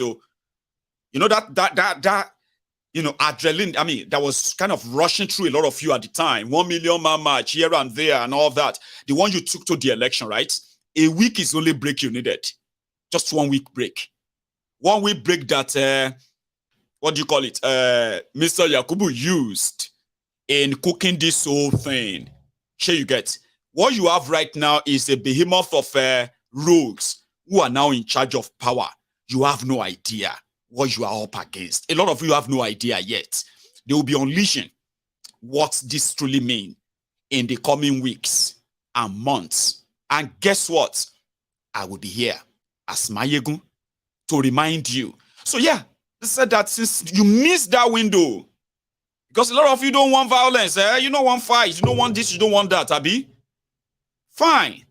Peter Obi has businesses in Nigeria. He wouldn't want you to shut down Nigeria too. Do you know that? I remember when David Dundenyi was telling people when they said, would Peter Obi fight for you if they rig you out? And David was like, so you are expecting Peter Obi to come and fight for you? Like, are you not that? Are you not smart? Peter Obi is a billionaire like other billionaires in Nigeria. He has all his businesses and everything, a lot of them in Nigeria. Okay? Like others. All right? No matter how much you farms with him, he has his businesses. So if you shut down Nigeria, he will lose money too. So you will never see him come out and ask you to stand up and fight because stand up, he himself, he won't be able to kind of guarantee what's going to be his own fate too when the whole show goes down. You know, when people begin to say, eat the rich, eat the rich, eat the rich, every rich person you see everywhere. You know what I mean? He's a capitalist too, but so he will tell you to let the court do the job. It will tell you to calm down. It will tell you to wait this or that, which is normal. If I'm a billionaire with my money in Nigeria, I will do the same. But a lot of you who are going to become the victims of this economic ruin, the ones they have done, the one they are doing, and the ones they are still going to do, you probably would understand that Obi, not like a show. Ruben was asking Showore was like, you know, are you going to go to court or are you going to just protest? And I was like, no, I'm not going to go to court. Go to which court? You see all these tribunal judges that you heard today. At least before the middle of next year, they go announce 2 or 3 of them as promoted to the Supreme Court. You go and watch it. Go and wait for it. They have done their own part. They will get their own package. Package that include promotion to the Supreme Court. Remember that you are supposed to have 22 Supreme Court justices. For the past 4 or 5 years now, Nigeria has been hovering between 11 and 13 Supreme Court justices with a space for like about 9 others to be appointed. Now, these ones then go promote next year because they've done their own part in the establishment. They must be rewarded and settled. Sure you get? And that's exactly how it's going to go on. Okay? So, until when a lot of us will finally feel like, there's 2 different things here, right? When you talk about, you know, talking and doing, okay? The first one is that Nigerians who are outside Nigeria, who don't live in Nigeria, okay? And to those of you who are living in Nigeria, facing this whole fire right there, right there in Nigeria. Now, you can't compare yourself and what you are facing in that Nigeria, with those who are living abroad, facing different kind of challenges, you say. And then you expect those who are in the diaspora, okay, to understand the hardship you are facing than you, so that they can go and buy tickets and come back to Nigeria and protest on your behalf. Does that even make any sense to you? No? Or does it? I'm talking about when they say, what do you do in a situation whereby there's nowhere you want to turn to? Everywhere is compromised. Every institution is corrupt. Here you are. Justice is for the highest bidder.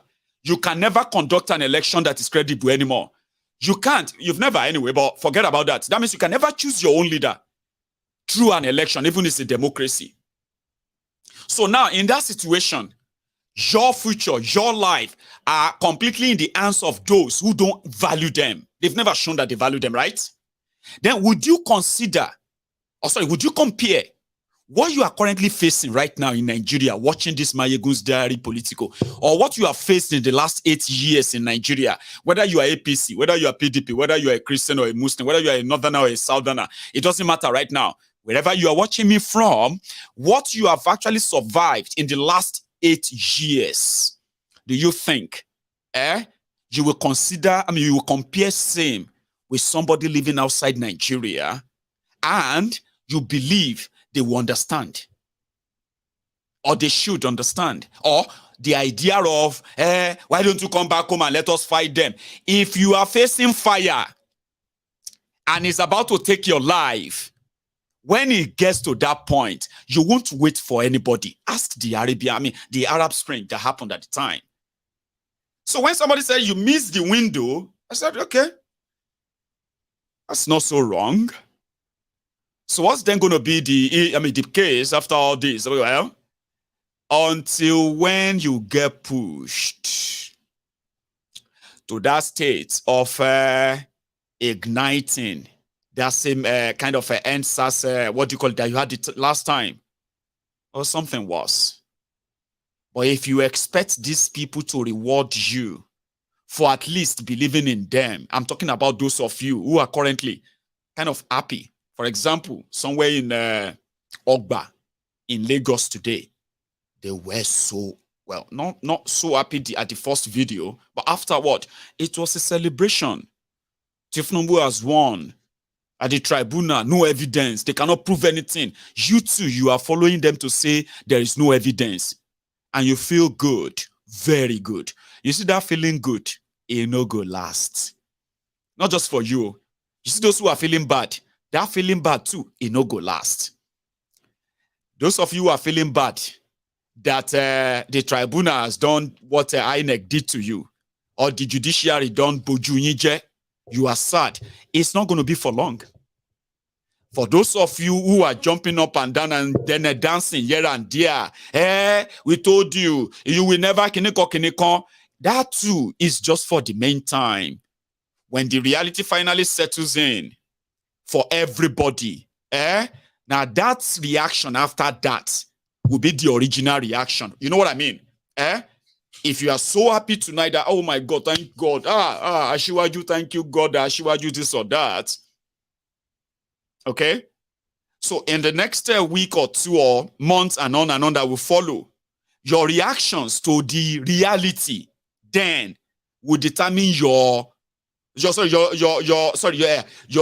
then to the reality will determine whether you are happy or you are happy. You get what I mean? But again, first, let's go to Abuja, where some of them are really, really very happy. Like this.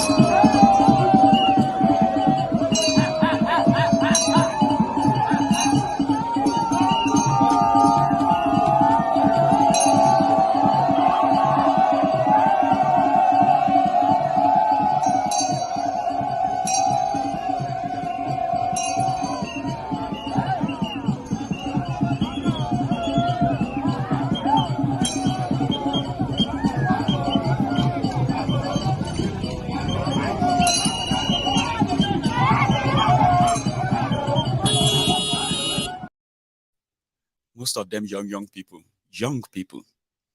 Those are Asari boys anyway. But for Ogba in Lagos, this was this is APC Secretariat. They were listening, just like watching football. They were of the judgment as well this afternoon. That exhibits PBH3 and PBH4, who flash drives containing a consultative meeting with leaders of political parties held on 26 October 2022. An interview with Mr. Festus Okoye, National Annual Commissioner, held on 12 March 2023, respectively. PW4, a professor of mathematics, who was engaged before the election by the petitioners, and whom the petition. No. Here is another one.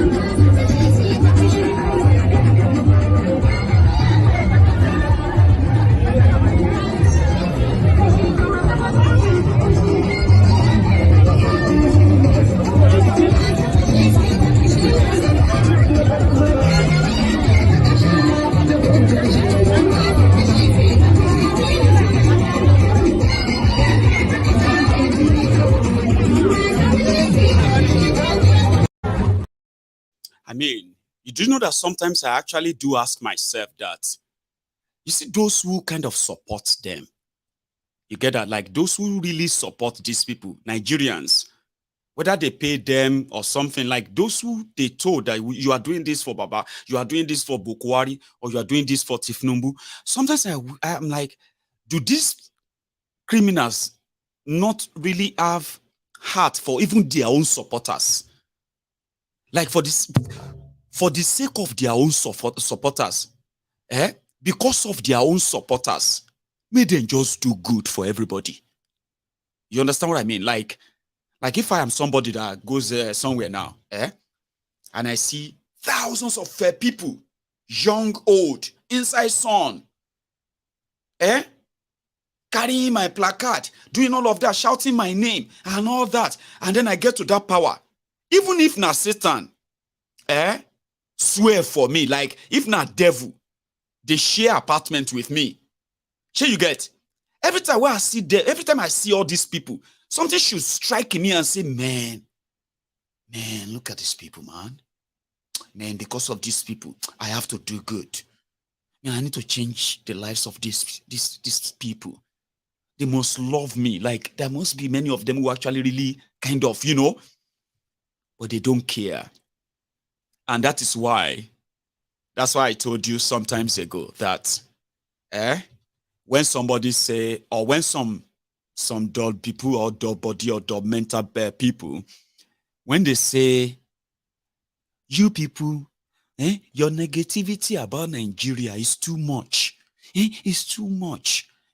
Instead of you to all of us to be praying for Nigeria, even all this thing, all this criticism, this is why Nigeria is not working. Every little thing, everybody is just cursing Nigeria. Any small thing, curse Nigeria. And if all of us are doing the right thing, and I'm like, wait. Let's review it. Me, I don't like the criminal politicians in Nigeria, and I have never hide that from anybody. Sure you get? Everything they do, I kind of love to scrutinize them because I know they don't mean well.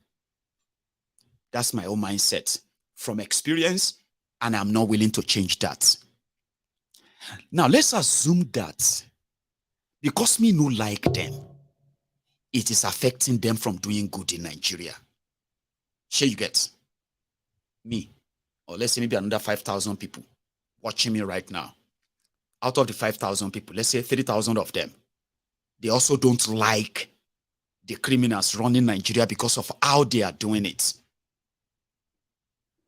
What up? And let's say if that is what is affecting them, that they can't run Nigeria better. Now they make them don't know how to run Nigeria because we are negative.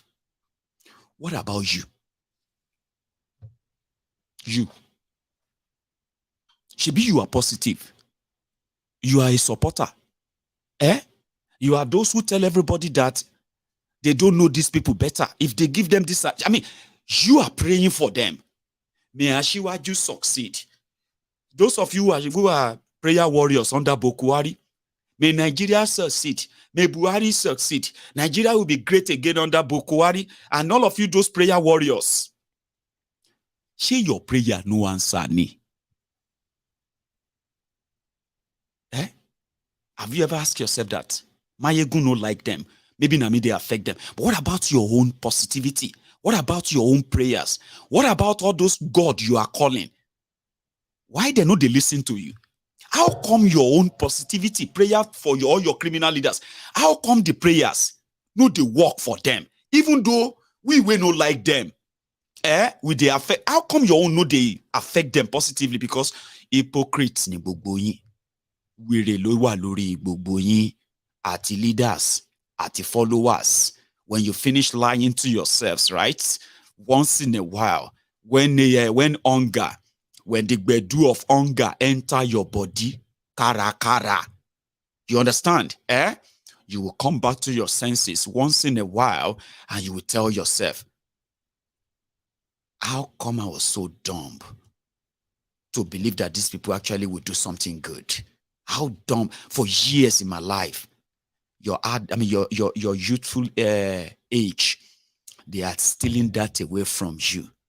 A lot of you today, you are nearing your 40. Like Mayegun, when you sit down and look at your life, you look at everything and you are like, there is actually nothing that you can point at as a simple achievement of your own age. A lot of you are, or should I say, a lot of you have been kind of destroyed to value those, because what you live for right now, you live for the day. It's about the day. Let tomorrow will take care, leave tomorrow alone. Tomorrow will take care of itself. Today. And they are indeed helping your own oppressor. So don't always think that those who are trying to point out your own oppressors with these invincible chains on your necks, don't always think they don't mean well for you. Baba, even if you think they don't, shebi you mean well, they no feel consider you ni. You think they know they see you ni. They say they should go and give you rice because they know the poverty that is going to my banyila pay. Abi, so can't they just because of you do something good and fix the country? Because of you. I'm just saying. Oh, this lady that left Edo, I bet she's back to Edo right now. People not to vote, they say not to cancel the election. So if they are saying that Obi did not win, cancel the election. That is my stand. Obi won this election. Tinubu did not get 25% in next city. Tinubu only in get drug case. Only in not get results. Only in get dual citizenship. And yet you want to declare a president. We will revolt against it. We cannot be refugees in our own countries. We are citizens and not refugees. Me personally would rather be a rebel than a slave in this Nigeria. Yes. Declare Obi the president and let's have peace. And that's the period. And it is day one. So a lot of people are kind of, just Labour Party has rejected it. They've rejected the judgment, so they are yet to tell people what they want to do next. And I'm not going to preempt you. Okay? I can tell you this for free. Like I said days ago, the eruption that will happen in Nigeria is not going to be because of just this rigged election or cheated, court case and the rest of them. It's going to be about the bottled injustice that a lot of you have now kind of come to realize, and you are so pissed. And you're going to go to bed one day, like normally. Like all of us complain, this country, this, blah, blah, blah, blah. You go to bed and you wake up like normally one day, and that's it. And that is what the criminals in Nigeria, that's where they are moving you to.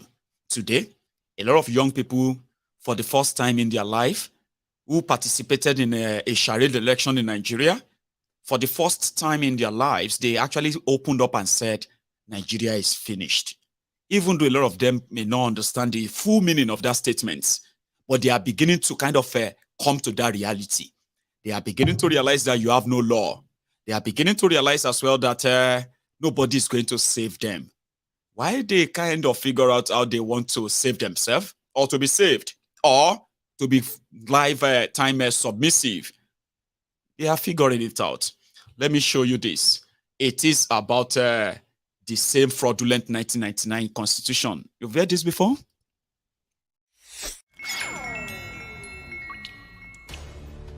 Ten things you never knew about the 1999 Constitution. Did you know that the 1999 Constitution was promulgated by the Military Decree 24 of 1999? And to think of it, this 1999 Constitution was never subjected to a referendum.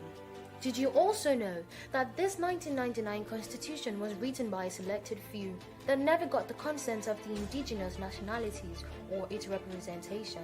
Did you know that after writing the 1999 Constitution, it was hidden from the public until after the inauguration of President Obasanjo in 1999? Funny enough, This 1999 constitution was not printed by the government press or any known printers in 1999.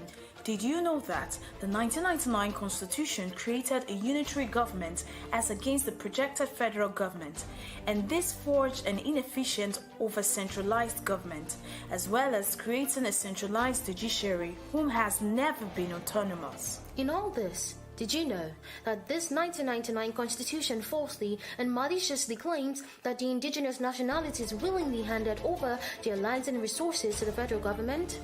And interestingly, did you know that the 1999 Constitution calls state governors chief security officers, but at the same time centralized all the security agencies and denies these state governors control over any of the security agencies? And finally, do you know that the illegitimate 1999 Constitution in Section 6, subsection 6C, absolves the government from liabilities regarding rights of the citizens as provided in Chapter 2, making this right not justifiable? This and many more are the reasons why corruption, unaccountability, incompetence, and insecurity are institutionalized in Nigeria. Yes, just in case if you didn't know, now you do. Abi, a lot of you will need to go and read the trashy book called the 1999 Constitution, and you realize that you shouldn't be quoting anything from it. Seriously. Not written by the people, written by the same criminals who were transferring powers, power from one another to one another, and maintaining the grip owed on the entire country. Nigeria is unbreakable. Nigeria is indissoluble. Nigeria unity is non-negotiable. These are choice words or choice statements from the organized criminals in charge of Nigeria. So one day, from the place you told yourself that Nigeria is dead, Nigeria is gone, no constitution, no law, criminals can be whatever they want to be in Nigeria. You see that reality a lot of you obedient are coming to now is where I have been waiting for you at. Especially for those of you who actually have been on Mayegun's Diary Politico, especially from last year. You will remember that I keep telling you the reasons why I told people on this platform never, okay, to kind of join those bandwagon of those who are condemning your aspiration, for those who are trying to undermine your achievement, and for those who are trying to label you what you are not, including those who, because of my own position, have also decided to start calling me obedient and the rest. You know why I said that a year ago?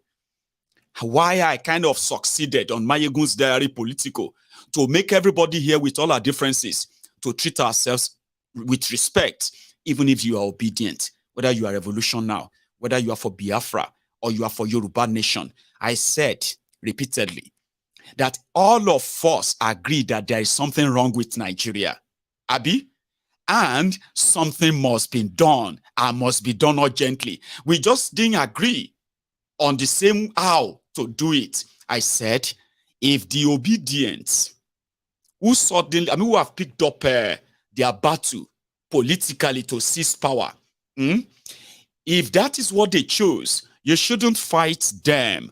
That is where they're going to have their own experience to understand that you cannot beat them in their own game, not this way. And a year after that, that reality is coming back. A lot of them are today saying, Nigeria is this, Nigeria has no law, Nigeria has blah, blah, blah. All the things that a lot of us have been saying for a while. So which means, gradually and gradually, a lot of us are going to agree that we have something in common. We have an enemy, we have a common enemy, the establishment called Nigeria, where the people have no say in how they form the place, and anybody who tries to question it may have their lives taken away from them or get exiled forever. Now, it doesn't matter which side you belong to.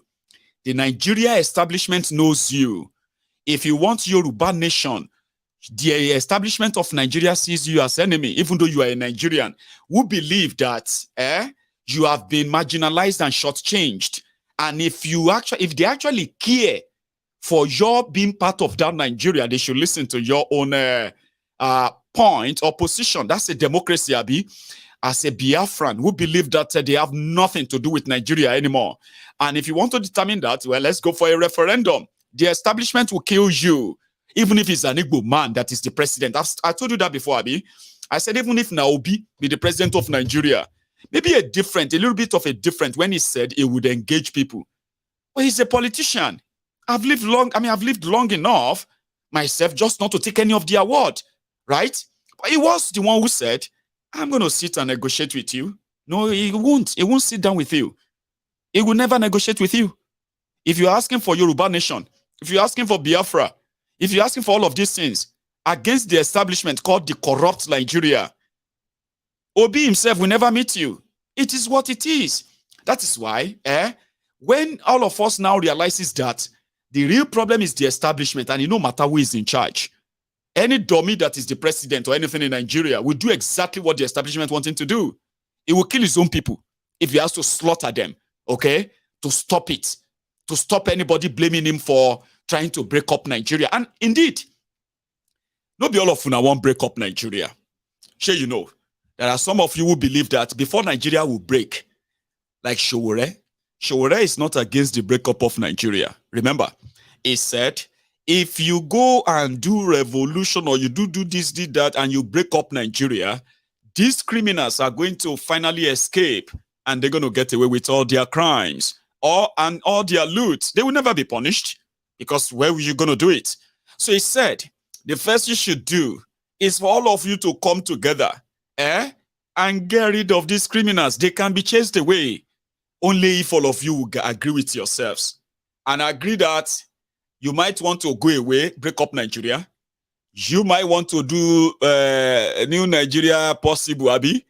You might want to have a Yoruba nation and all that. Others may actually want a restructured Nigeria with a confederation system. To Showore, you will never get any of this. None of it you will never get any of them. Because all these things you are asking for, they are those things that will decimate the fortune of the criminals who are controlling Nigeria. So the best you should do is to chase them, pick them up if you can, lock them up if you can, and then that is how to take back your country in Showore's way. But I know a lot of you will not agree. Showore, shut up. Hey, Mayegundi, shut up. You know, but you would agree because everybody is going to learn one after the other. Like I said, life is a teacher. The more you live, the more you learn. You know something?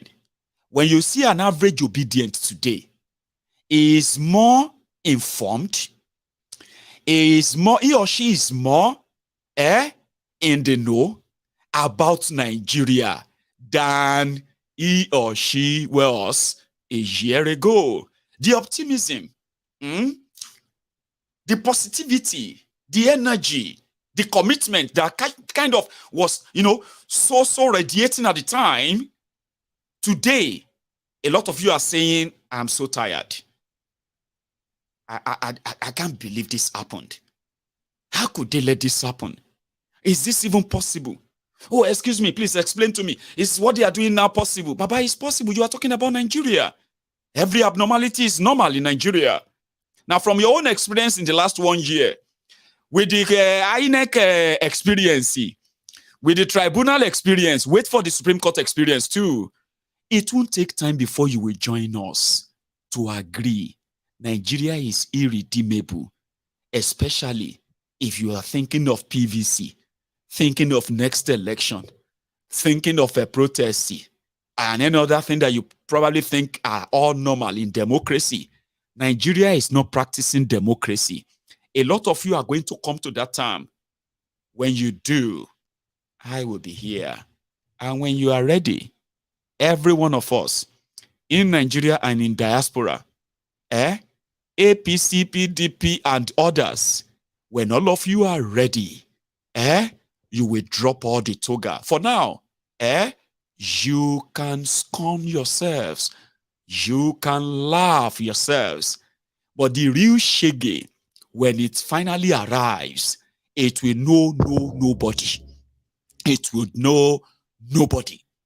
whether you are a Christian or a Muslim, whether you are a Northerner or a Southerner, whether you are a Yoruba, Igbo, or Hausa, Fulani, Ijo, Nupe, Efe, Kotife, it doesn't matter where you come from, old, young, rich, poor, when the Shege Pro Max land, it will spare no one. If you don't believe me, ask those who survived Boko Haram.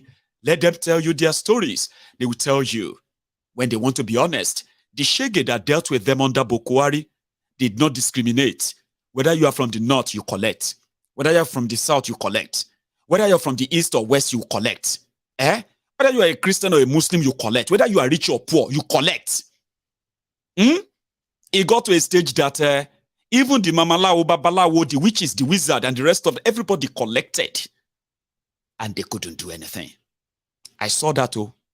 And I kind of waiting to see this too. So if you want to laugh at your friends, if you want to laugh at Obi, if you want to laugh at every other person you want to laugh at, please enjoy it too. Because you won't be laughing for long. Whether you are in Nigeria or you are not in Nigeria, I'm not wishing you bad. It is what these guys wish Nigeria. They don't wish Nigeria well. I wish your optimism, your hope, your expectation, and your prayers can actually come to pass. But they won't. They are going to be in reverse. And I'm going to be here to remind you. I'll take calls, because I know a lot of you will want to react as well today, right? But I'm going to go make myself a cup of tea. If you enjoyed this chat tonight, I did my best not to make you too kind of sad, okay? I hope you are not down in your spirit. Because I remember that for months I told you, manage your expectation. They go rig you in election. They go rig you in court. If you go to the street, they will bring out soldiers. They go shoot you and kill you. And because they believe in all of that, you will do nothing. So I hope my own presentation tonight kind of lifts your spirit up a bit. And maybe others will also help you. But all of this is just temporary. I also want. Don't go anywhere. Like this broadcast, and when I get back, I'll take calls, okay? And yeah, the number is on your screen.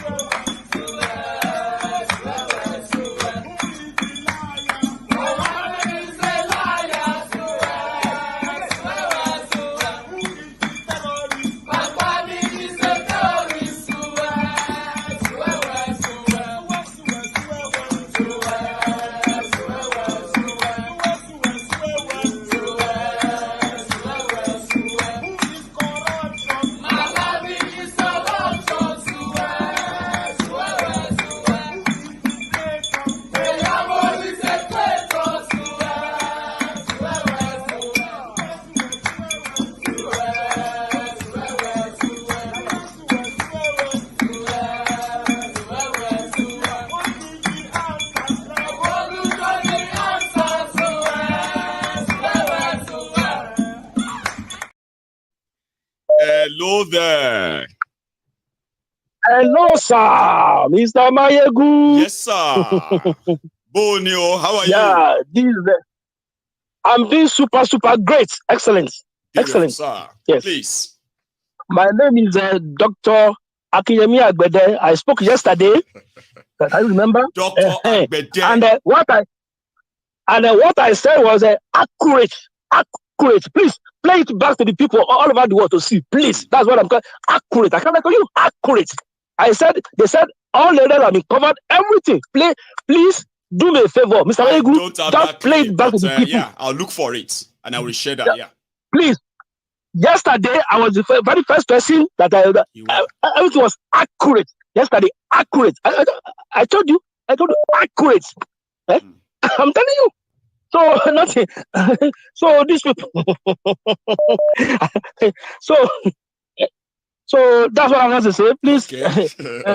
He wanted to remind us that he said it accurately. That's Dr. Agbede. Here is another caller. Hello. Hello, Mayagu. Sir, how are you? I'm fine, thank you. May the good Lord bless you. How are you doing? Well, I'm very well. Oh, thanks for asking. And amen to that, by the way. Yeah, because you've actually solved a lot of people. People have had a heart attack today, if not because of you. Because you basically cushion the effect by telling them, this is going to happen. This is going to happen. You've been saying it is technicalities. From one to the end, technicalities. And I just want to say, I don't know how many people's lives you saved today, because some people were so like, I know, but it wasn't looking good when I was doing it, so I had to be careful. It was like, Mayegun, why are you telling us that it's impossible? What is your problem? This and that. I kept saying, well, I'm not disputing whatever you believe in, but I'm talking about Nigeria, and I'm hoping that they will be able to disappoint me. It's like Mayagu, it's like cooking with a pot. You put it with a stone, with wood, and you expect the back of your pot to be as clean as when you're cooking with gas. We already know what these people are. And the truth is that you've been warning people, this is going to happen, this is going to happen. And I'm happy you've been doing it, because otherwise you don't know how many people you save all over the world. Yeah? But as a caveat, yeah? There was something we've been discussing on this your group for the past couple of years. We've been saying the North will play this out. Today, confirm what the North has played. Tinubu would think that he has won an election, he has gone to court, he has defended it. But what you have opened the door to is for the North tomorrow to come in and say they want to change the constitution and make it only the Northerners will rule you for the rest of your life. They will tell you go to court. When you get to court, they will be waiting for you the same way they wait here. I say, well, your brother did it, you put it, not complain. Don't even come near us when we start doing it. And then the people singing APC or people singing Obedient now will start running down to start looking for Biafra Republic or Yoruba. By then it's too late for them. I know. Because one thing people fail to realize, like we've always been saying here in this group, is injustice to one is injustice to all. When it's happening to somebody else, you're saying, oh, it's Igbo, it's Yoruba, it's Mayegun, oh, it's that one. You forget that it's a combination of one thing that will lead to the main event. Before this thing happened, they've been doing similar judgment coming up. These things we are looking at today is a culmination of what Festus Keyamo and Ganifa Wemi started fighting in 1999 with Tinubu. I know. People failed to deal with it then. Now it's got to the center. It has become a huge, elephant in the room now. And now you can't deal with it anymore. No. Because if you look at all the judgment, they were all basing their argument on what has happened years ago. Telling you, why did you complain then when he was a Lagos governor? Why did you complain when he was a senator? All those things happened before. So why did you bring them up? They even went as far as telling you that if I decide to start a political party today, and I went and bring Hush Puppy as my presidential candidate, if no member of my party complains, which means I can be the only party, none of anybody's business. If you talk, it's your personal business, it's pre-election matter. It is. Even if you go to court where before election, they will tell you, say, are you a member of that party? You say, no, I'm not, my lord. It's none of your business. Anybody they like, they can use. Another trap they set here is they also made it delayed LP and other people from putting in their litigation, knowing fully well they're going to use those technicalities from day one. They delayed it. They don't say, oh, you know what? You submitted evidence, but you didn't make it specific to the polling unit. What else? They've given you 3,000 polling. They said 18,000 polling nomination. They specify them on your system. Give you sample. Yeah. They also that one you're talking about, so it's not funny.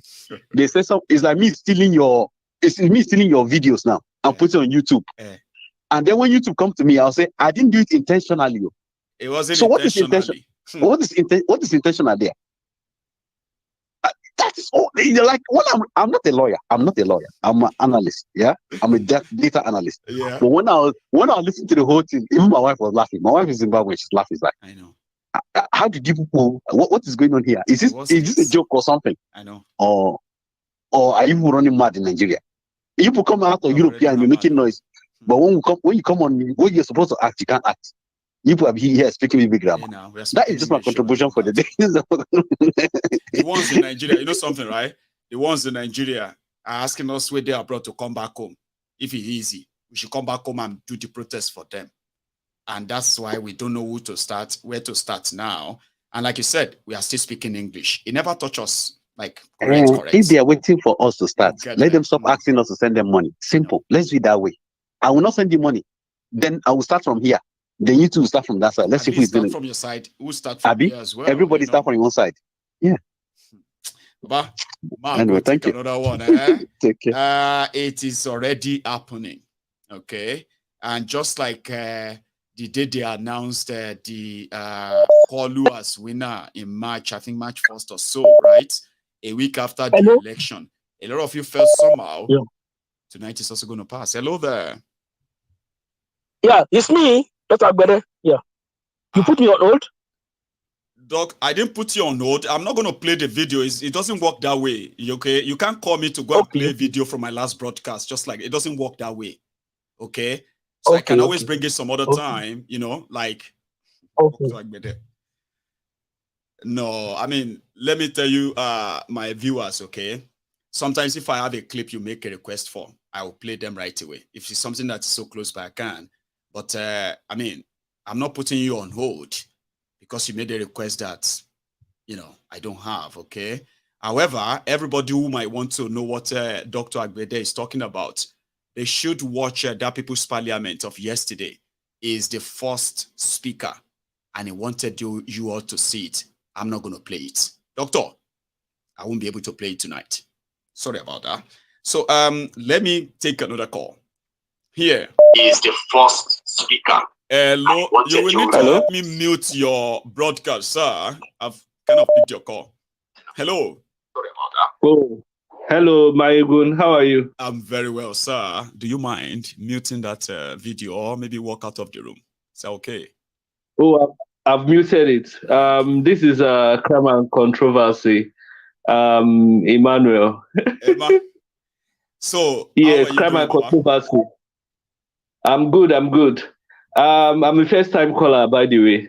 So you'll be making trouble in the comment section very well, right? Yes, I do. I also have a YouTube channel now. So yeah, go on, Abba. Yes. So basically, I don't know. Even though I've predicted that, you know, the situation will be like this, I still feel very bad. I don't know why. I still feel sad because it's like a cheating, and they are like, "What are you gonna do?" Yeah. Like you said, a lot of us will take this. But I told people, I said, once they start reading it, a lot of you will be sitting down there and be like, "What are they talking about?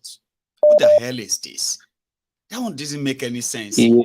This one doesn't make." I said, "That's exactly what they want you to feel like," and you get confused. But yeah, you felt bad. Yeah. So going forward, I feel like you know, one of the solutions towards this thing is maybe your platform and, you know, different other people like us having a dialogue and uniting even with our differences, you know, towards pursuing the common goal, which is maybe, yes, which is either we go regional or we divide or we scatter or this thing. And I feel like also, you know, people might downplay. Like I've always said, the Nigerian institution is actually winning us 3-0 now. I think the first one was NSAS. Yes. Then the second one was the election.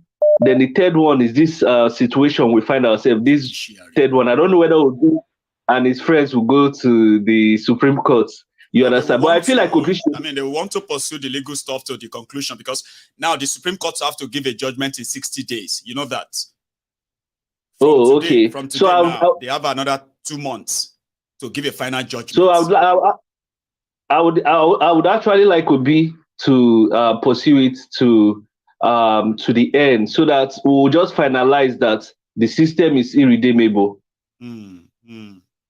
Yeah. So it's not as if, and I also it's not as if people have many choices anyway. You know what I mean? So there is something that they already started, which of course they will be tempted to want to wait for the Supreme Court. And a lot of people are like, the more you wait, the more you lose this team. It's quite confusing, isn't it? Okay, so I also feel like maybe revolution might be the only solution, because I don't believe in the whole thing. So basically, I was thinking that maybe if we can have an Nnamdi Kanu that has his papers legally abroad, and the person starts like a shit movement, I've said it to my channel, like a shit movement or peace movement, where you see politicians and people harass them. You understand? That would even go a long way, especially if you live in Western Europe. You understand what I'm saying? And your papers, maybe you're already British, or in Nigeria, you're a Nigerian at heart, but you have your own citizenship in those places. Of course, I kind of did. Yes. Yeah, so there should be a sort of parameter, not only to the politicians, even to their children. Maybe the only person you don't harass is the president. Okay, the president, you can harass him with placards, but the other ministers and everything, anywhere you see them, you harm them, you make them feel very uncomfortable. But don't try it in Dubai and the rest of the countries. Those who also deport you back to Nigeria. So I just feel like we need a serious, and those in Nigeria, because I don't think they can do much today. What is happening is that the anger will build up.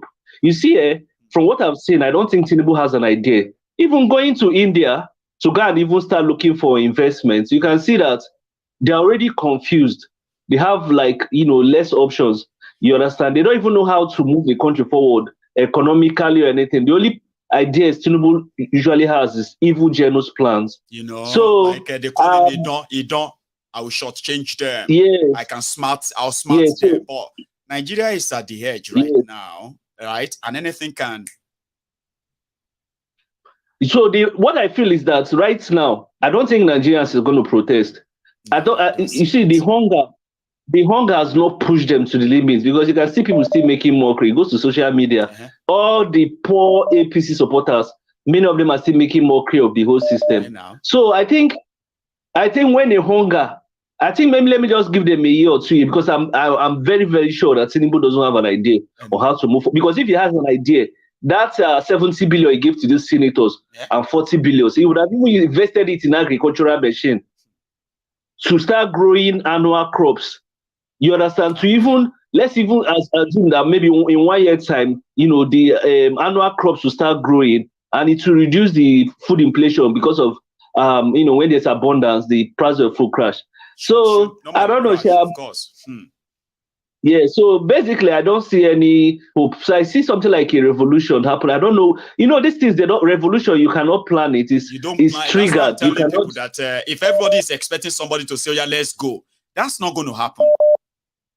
And it's spontaneous. You cannot say it's Soro that will lead it. You cannot even. Nobody knows. Maybe somebody in the diaspora now listening to somebody like Nnamdi Kanu. There were videos of Nnamdi Kanu being a pro-Nigerian until. I don't know what triggered his interest in. Nigeria happened now, and then he switched. Yes. Yes. So I don't know. That's my contribution anyway. I'm excited too, because I like to see your show. Thanks, Papa. Yes, thank you. You just mentioned Mazi Nnamdi Kanu, and is one of those who have suffered greatly a great injustice in Nigeria, where people seems to only be cherry picking. Who deserves justice, who doesn't. Now that the system is actually showing everybody that injustice has no kind of coloration, everybody go collect. I'm going to hear his voice for mentioning it. Thank you so much, Baba. I appreciate that. Okay. My name is Nnamdi Kanu, and the reason why we're here today is to protest the killing of innocent women and children, and men for that matter, all over Nigeria, especially in the northern part of Nigeria. We are not happy, we are not pleased with what is happening, and that is why we're here today. As you can see, there are a lot of Nigerians who are protesting about the killing of families people who are determined to tear the country apart violently, and it is not something that we support. It is not something that we would like to see continue, and we are here today to send a clear message to the Nigerian government through the High Commissioner that what is happening in the country is unacceptable, and we cannot accept it. If that continues, it will lead to the violent disintegration of the country. There will be no more Nigeria for anyone to go to. There will be no Nigeria for anyone to refer to. In fact, what is happening in Somalia today will be like a tea party. So we cannot allow this nonsense to continue. Something has to be done. And the consequences of the actions of terrorism in Nigeria must be driven home to the people, so that even the terrorists themselves will be able to understand that there is no mileage in where they're going. The only thing they can accomplish is the breakup of Nigeria. If they think that they can cower people, if they think they can force people to be coerced into a religion which is not theirs, then they are clearly mistaken. We are asking for peace. We are asking for people to get together. We are asking for everybody who loves Nigeria, who is associated with that country, to please prevail upon terrorism in Nigeria so we can bring it to an end. That is why a multitude of Nigerians are gathered here today. Those of us in the UK are determined to work with the government for peace. We are determined to work with the Council Committee for peace. The one thing we cannot stomach is a repeat of 1966. What is happening today in Nigeria was the reason why Nigeria fought a bitter civil war for 3 years between 1967 and 1970. If this continues, there will be another civil war in Nigeria. And this time around, no place will be safe in Nigeria. This time around, nobody will be safe in Nigeria. So it is imperative that everybody who has the interest of the country at heart acts now and immediately to stop this nonsense from continuing. Sita, are you still there? Yeah, one name more. One name. The great man of our time. That is what you are. Oh, Sita. You have been the Odogu that is after God's heart because you speak the truth. Thanks, you. So, you know, for a lot of people, they will say that today is a sad day, but remember, most of the times I will tell you that if you follow the Nigerian way, all the things they said today is attached to their constitution. Go and look at it very well. So everything they did today, if people are saying they are surprised, I'm not surprised. I could only be depressed because of the suffering that is about to come. The looting. The hunger that is looming, whereby people will turn to cannibal. They will eat themselves because of the hunger. And without it, I do not think that people will have a reset of mind. What they have seen in within 90 days of this particular regime. So does this now prove us right that election can solve Nigeria problems? Election will not solve Nigerian problem. If somebody thinks, I do not care what anybody is looking at. If somebody thinks, even if you tomorrow, with the kind of power that you will right now, if you tell me tomorrow you want to go into election, I will wish you well. But believe me. No, Osita. No. I'm just saying even. I'm saying say it publicly and say. Yeah, no. What I'm saying, no. What I'm saying now. I won't find myself in that state anyway. But yeah, what I'm saying is, yeah, I'm just making an analogy. I get that now. Yeah. I will look at you and I will tell you that it is never going to change. No. Because they keep telling us that it's a game of numbers. And they are using that numbers against us. You said something within the course of the show. The reality that people don't understand is that these men, when they get married, or when they want to take a wife, when they've gotten to the pinnacle of this their useless career, what do? They go and get a wife who is in the judiciary, who is a lawyer. They will use their, like Wike said, that, oh, Madam Odili made my wife a chief judge, right? They will use their connections to push their wife to the pinnacle of their career. They gave 70 billion, right? That the money that Tinubu gave to them, and they were saying, sometimes we think that was the money that Tinubu gave to them, but that was money that was given by the executive in order to prosecute this kind of the agenda that they displayed today. That is the reality. So if we are thinking, I am telling people they have taken a hard stance on us. If we think that we are going to go against them softly, my brother, it is not going to work. I know. We are not ready. For the fact they have taken a hard stand on us, we will have to take a harder stand on them.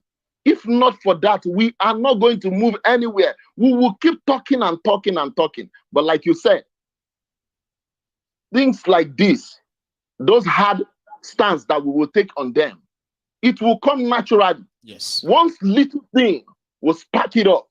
Because if anybody didn't remember, it was as a result of something that a musician in Nigeria, what's his name? Wizkid. What he wrote on internet, and he said, Baba, go back to your country.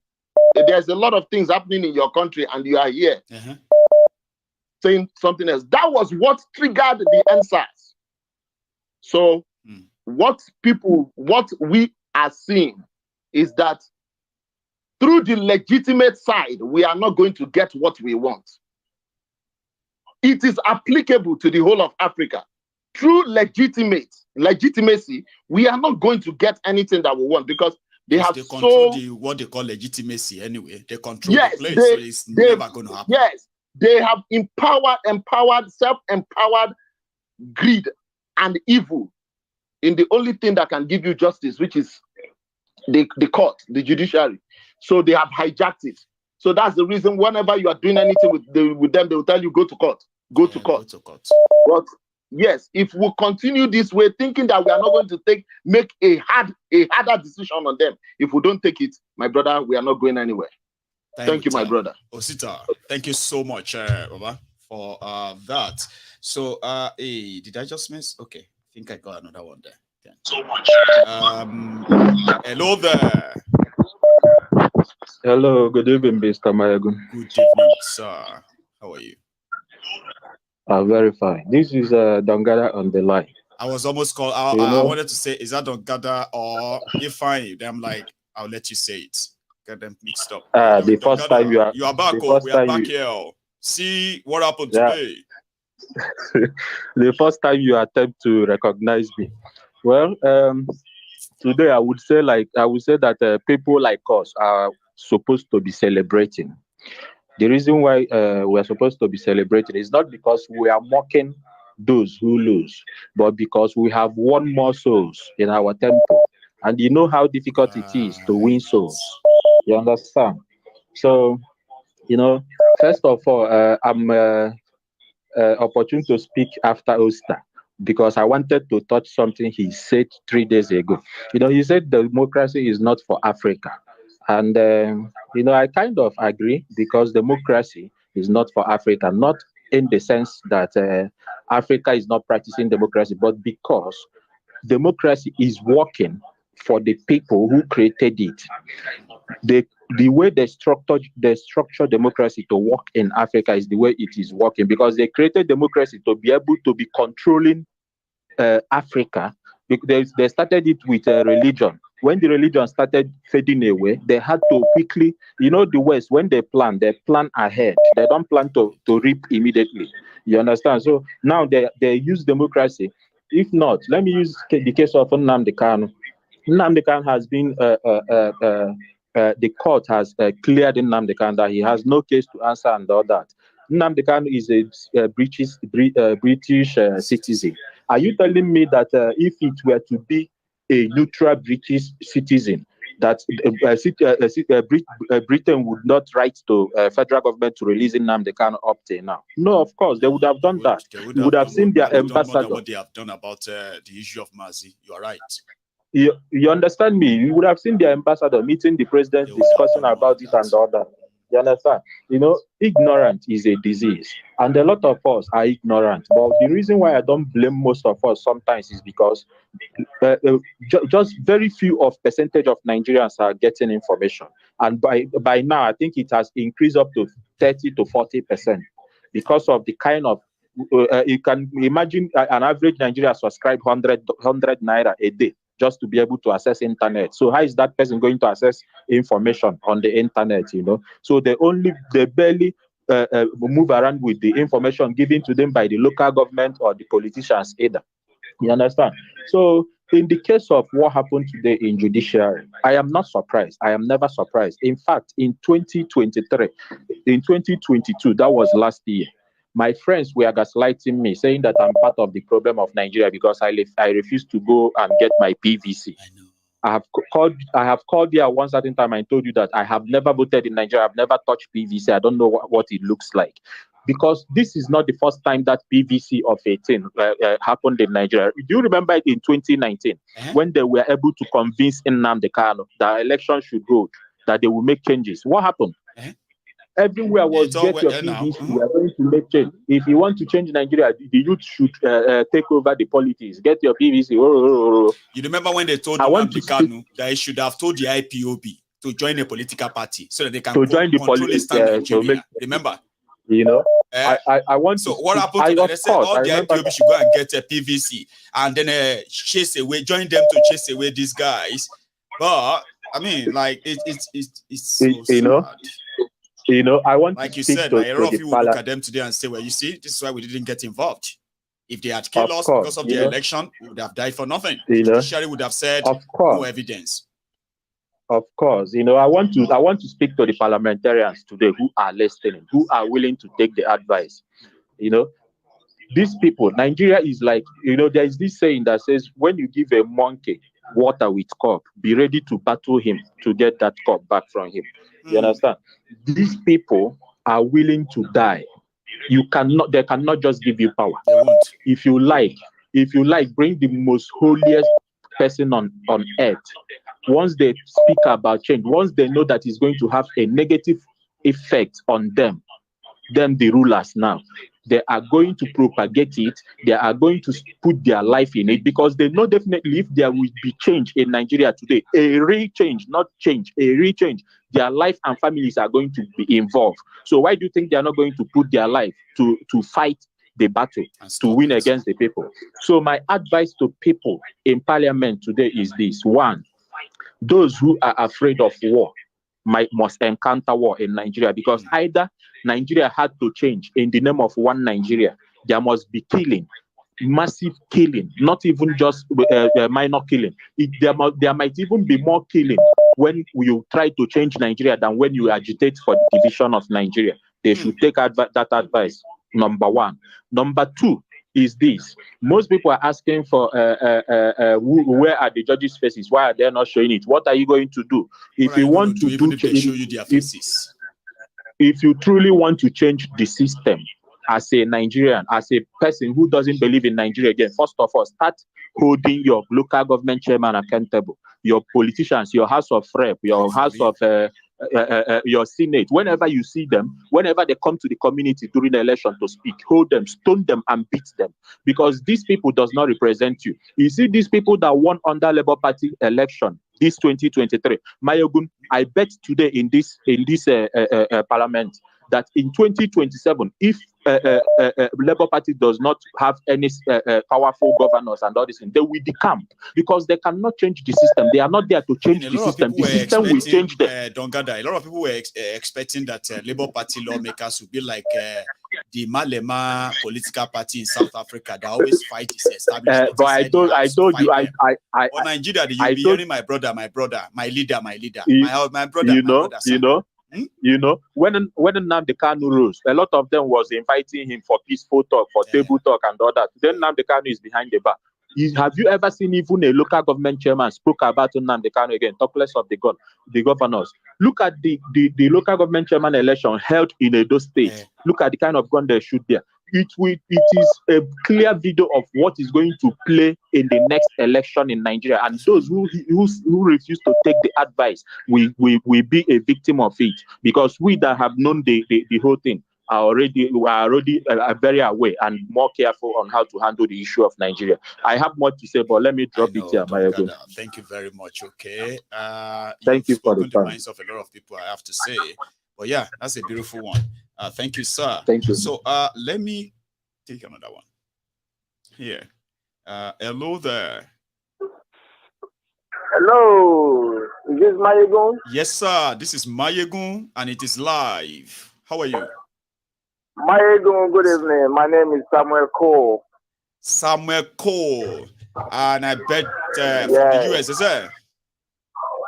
That is correct. And I just want to let you know that I'm really enjoying your program, and you are doing a wonderful job.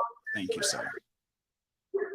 And there's something that actually struck my mind today about your broadcast today. Okay. And that was a reference that you made concerning what you said in the past about driving these people away. Yes. But if you look at that, there's something that I have a strategy. And I believe the strategy is one of the strategies that Nigerians have not really tried.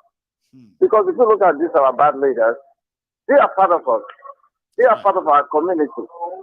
Right. And sometimes I look at them, when they come back, I see how people welcome them with drums, with different kind of dances and all kind of stuff like that. I know. And it's kind of really surprising me because if I'm doing a bad job and you welcome me with this kind of dances and all kind of stuff like that, so if I'm actually doing a good job, what am I supposed to get? But I think it's time for Nigerians. The only way we can drive this people away is not to give them a base in our community anymore. Which means, if you want to stay in Abuja, stay there. Make sure you eat enough money to keep yourself there, but never come back to the community again. Because you will never have a place. That is the only system that is going to work. That like that. And at them self, they wait for them. Before they come, they are already waiting at their gates for money, for anything they can give them. Even they cannot do anything to them during that period, in as much as I'm not trying to incite any kind of violence or anything like that, even whatever money they stole from Nigeria, bring it to their community, burn the houses down. Don't give them a base in that community. Because if they are not useful to the community, there's no point for you to retire and come back to the same community to intimidate people. Because you are living on their money, you are living on their sweat, you are living on a lot of people's future. So this is the only way to go. Because the court system is not going to work, election is not going to work, it's not our thing. We are just trying I told people, Samuel Cole. We are just trying to fit in. Yes, sir. You know what I told people? I said, a lot of politicians today in Nigeria have no idea how Nigerians hate them. Let what happened in Gabon or what happened in Niger, let them happen in Nigeria. They will see how the people will handle them, any of them that they caught. They will see and they will begin to ask themselves, are these not the same people who are always singing and dancing when I come home? Why are they doing me like this? At that time, they're going to say people don't actually like them. They are only waiting for a chance. They don't even need all that, Marigo. They don't need all that. You don't have to do nothing to them. Don't just give them dates at home. Don't let them come to that community to come and build biggest mansion in the community so that their children can intimidate other children. Chase them away. That's the only way to chase them away. Even if you know that they have a land, destroy the land, destroy everything. Which means if you want to represent us, you have to be good to us. It's as simple as that. That's the only way. And once again, thank you very much and keep the job going, my brother. Thank you so much, sir. Cool. So here we go. Oh, sorry, I just missed that too. I got somebody on the call, on the phone there, but it dropped off. I think I got it back now. Hang on. Hello there. Hey, Mayagu. Yes, sir. Mayagu General. Yes, sir. Edit calling. Edit calling. I'm fine. How are you and your family? Well, we are fine too. Thanks for asking, sir. We thank you so much for all what you're doing. Thanks a lot, sir. In the state we are into Nigeria very right now, there is one thing baffling me. Peter Obi, he feels that state is federal. No, he misses it. He's missing it. Right from the time before they appointed him, He won the state when he in the court. He did. Because whom he called his senior brother in the political level helped him walk over to win the state. Right. He forgot, as those people who helped and walked him over to their political party are the people he's facing on the ground now. He forgot that. And he did not even remember where he come from. So only one word Asari Dokubo said that I love. You know that word? It's a national word, national cake. He said, don't be fools. Is it today you know that you're not a Nigerian? There is no chance for you. He put it as a comedian word, but that is a word of... Nigeria is not for you. How many times? 1 second, sir. I'll share that. How many times would they tell you before you know that Nigeria is not for you? Now they never leave you. They have left you behind. Photo, not be juju be that. Sorry, oh. May God not allow them make them kill you. May God not allow them make the kill. My dear, 100%. Great. That is a word food for thought. Anybody who wants to play politics, you don't know where you come from. And he came to public and opened his mouth and caused himself before the political election. Where his father, his brother, his uncle dropped his blood, he said they have died and buried. And that's it. That is another beacon for another day. Said about Biafra. Biafra is gone. Yes. It's gone. He actually is gone and gone. And dead. Dead and buried. Yeah, dead. If you visited it, you see it. If you visit that very caption, you will hear it. Dead and buried and gone. But he don't know that he was himself, he was cursing before the whole world. If you see analysis outside Nigeria, trying to be nice and be one Nigerian, and where did no, my brother, it's just like when you want to use your family to eat a porridge of yam from your brother's family. You use your own family to tell your brother wife, oh, you cook better than my wife. My wife is a food. That's just like that. It's as simple as that. He think he can't do anything unless the boys come up. But who wants to die in Niger? Everybody love themselves. Well, they probably will disappoint us from experience. So you see, when you say that, people may think you are just trying to be condescending. The truth is that it was the same when I was like, the judiciary will rig them. All these things won't count. They will disappoint all of you, and it will be so great of a disappointment because you would have invested a lot in it.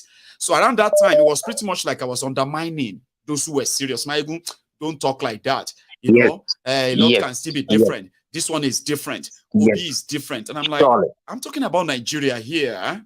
Do you guys think of that at all? All of us are learning now, by the way. No, like you have prophesied it before it comes for a long time. Yes. Even though, because when they want to push them around, they ask them to go and look for PVC. PVC for who? PVC for who? Remember, I told people, I said, this election is going to distract a lot of us from the cause of asking for a national conversation that will either lead to the referendum before election or the change of that constitution even before election. You remember that time? I said the election is going to take all of that away. Everybody's going to be shouting election, election, election. And that's what happened. It has come to a disappointing end now. People are now considering how crafty they were. How crafty they were by the time of Buhari. When the youth come up, they open the palliative for them. They start to loot palliative and forgot what they go for. That is a very cheap way to distract them. So what is there? Only Niger to survive, or every citizen of that nation to survive, is just to separate that nation. Odua, go. Arewa, go. Biafra, go. Everybody control his or own zone. That's it. For them to think thy kingdom will come, all of them eating from one place to the other. Look at the Igbos now. Watch the Igbos. Igbos are going abroad to eat in the festival yam. Why their house is burning? They call themselves big shot. They go German, they do ceremony. They go Manchester, they are doing New Year festival. Everywhere they gather. Canada, everywhere. Is that not stupid? But when they fly finish, they look like a bird. They fly finish, they will hang on a tree. Which tree? Old age is coming. As soon as a clock back, you can't pick it. You can't pick it. Those who come out to separate chaff from wheat, they are calling them animals, idiots, kill them, drive them away. And so those who are taking Ghana must go, are taking Ghana must go. For all what we know, if we want our nation back, we need to break that nation. That not a nation, that contraption. We need to break it. But until then, all our steps now have ourselves. Abi, Mazi. Yeah, we are deceiving ourselves. Yeah, no, I say, like you said, right? Like you said that until we get to a stage where all of us realizes that we need to go our separate ways, then we will continue deceiving ourselves. That's it. Some people will come, oh, my Baba is there, I'll get it, my father is there. Tomorrow time come when you will not see a road to cross. When you will not see a road to cross. Igbos made a great mistake. The whole eastern region was there. When they imposed Hope Uzodinma on them, the whole state just kept quiet. It's happening in Imo. Then, what do you think is happening? When it's happening in Anambra, what happened? Now another state is coming. When it will happen in Abia. What can you do? You can't do anything.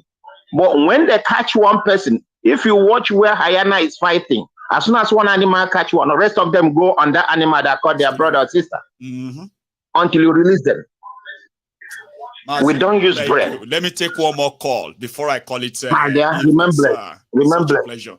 Remember. Thanks a lot. Thank you. You have a good one.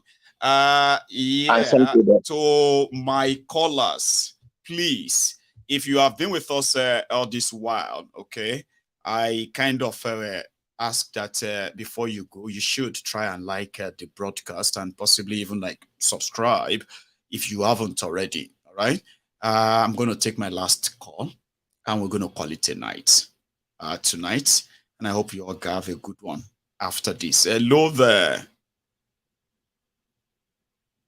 Right. Did I get you? Are you there? I got the call, but I don't think I have the caller. So, okay. If I can't have, oh, sorry. I think we lost. Hang on. I'll take this. I keep losing that, so I'll take, hang on. Hello there. So, no way. Hello. Hello. Oh, hello, sir. Yeah, did I get you back, eh? Did I pick you earlier? Yeah, you did. So sorry. You know what happened, right? You know what happened? I actually muted the microphone, right? And I was expecting you to speak about, that was my bad, okay? I'm glad you got you. I mean, I got you back. You're going to be my last caller, by the way. That's fine. I'm just coming back, but I was so demoralized. And it was as if I always remember your prophetic word that, let us not build our expectations so much that, in fact, after when I was reading the the judgment, I was like, are these people from another planet?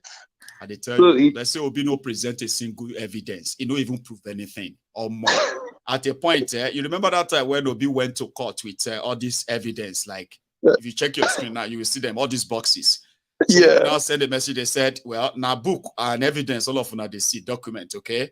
But to the judiciary, now what's the receive this? Now buns, puff, salad, fruit shoot, and then other juice and all that. So that's why when they were reading their judgment, they said Obi did not present any evidence. And I mean, Baba, people are also repeating that. We told you, you don't even get any evidence. It just they shout. They're asking for evidence. You don't even show evidence. People, Nigerians, were also repeating. They said he didn't present any evidence. Baba, you know, I weak.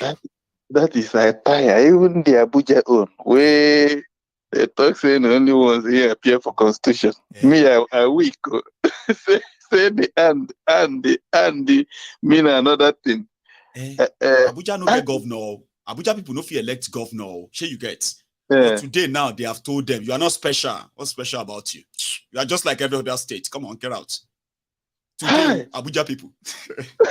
Then put them for their place and they are like, we FCT. Constitution says, Baba, calm down. Which constitution? Gonna be no different from Ekiti and Nasarawa. Okay, get out from here. That's what they told them today. The question I'm asking, does it mean the constitution, there is not constitution doesn't have any role to play in law? Nah, not this one. Not this one. What happened is that you know what I mean. Our learned chief justices, they have spoken, and the juries are out. So they will say the lordship have spoken, and that's what you have right now. You don't fit do anything. You don't fit talk them. You don't fit question them. And after 24 hours, it will gain the life of its own. Anybody will come out to try anything after that, they say they kill them. And everybody will aggressing, and they are the aggressors. God don't rule, Go and wait for 2027. I mean, Baba, they go ask somebody to go and get PVC for 2027. Now they go still go get PVC. Wow. Hey, you go fail Nigeria, won't you? I couldn't concentrate. I was just blank, but I don't know. So what's the way forward? What do we do? Well, that's the question I have actually been hoping somebody was going to ask me. You know, usually I would have put it and say, what is next?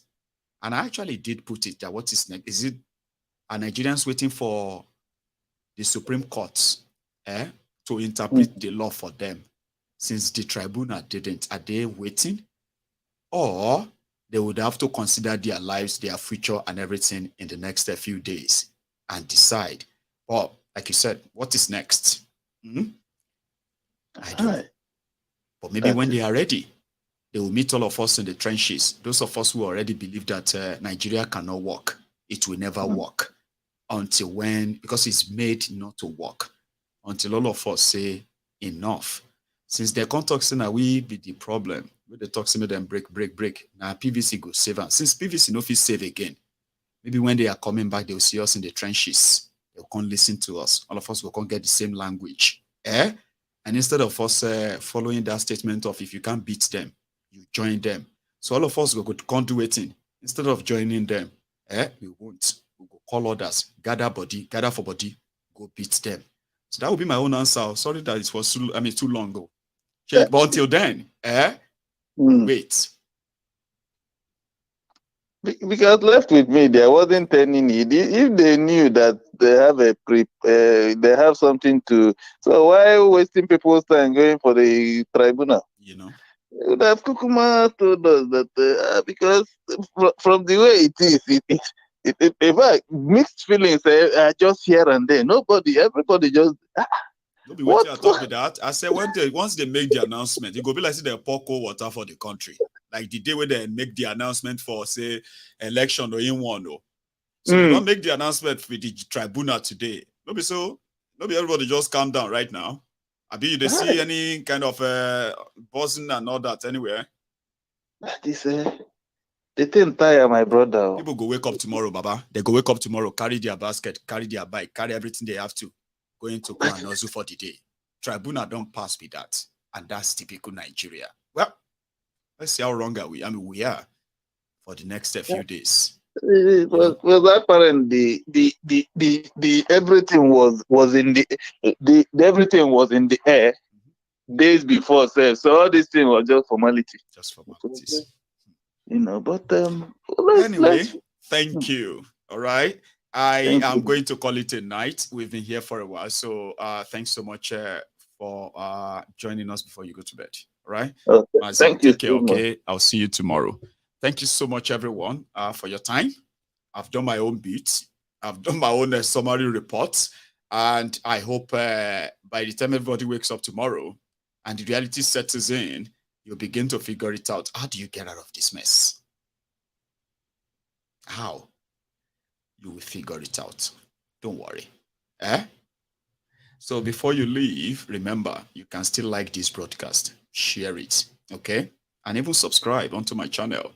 I will see you again. So until then, stay safe. Take it easy. and good night.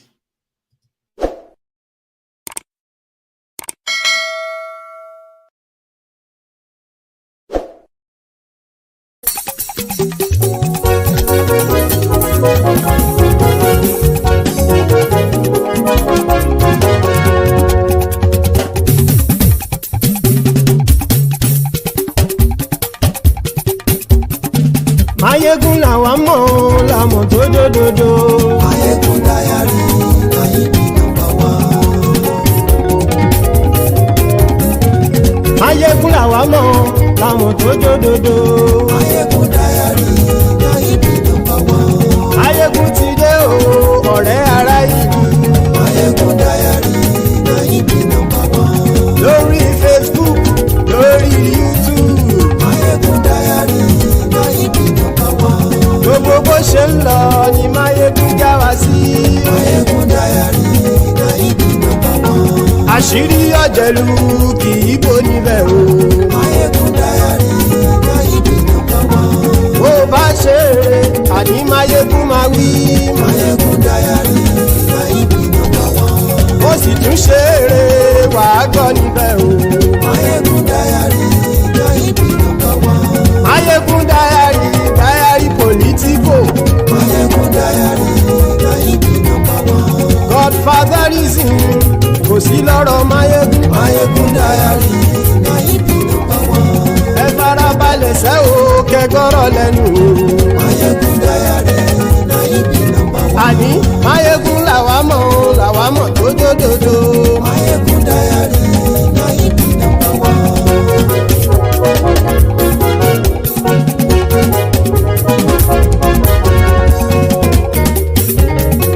Àní ẹ̀sùn ràkì. Mayegun ti dé. Mayegun ti dé. Ọ̀jẹ̀lú ẹ̀sùn ràkì. Mayegun ti dé. Àní ẹ̀sùn ràkì. Mayegun ti dé. Lórí Facebook. Mayegun ti dé. Àní ẹ̀sùn ràkì. Mayegun ti dé. Lórí YouTube. Mayegun ti dé. Àní ẹ̀sùn ràkì. Mayegun ti dé. Bọ́ bàbá gbé wúrẹ́. Mayegun máa wí.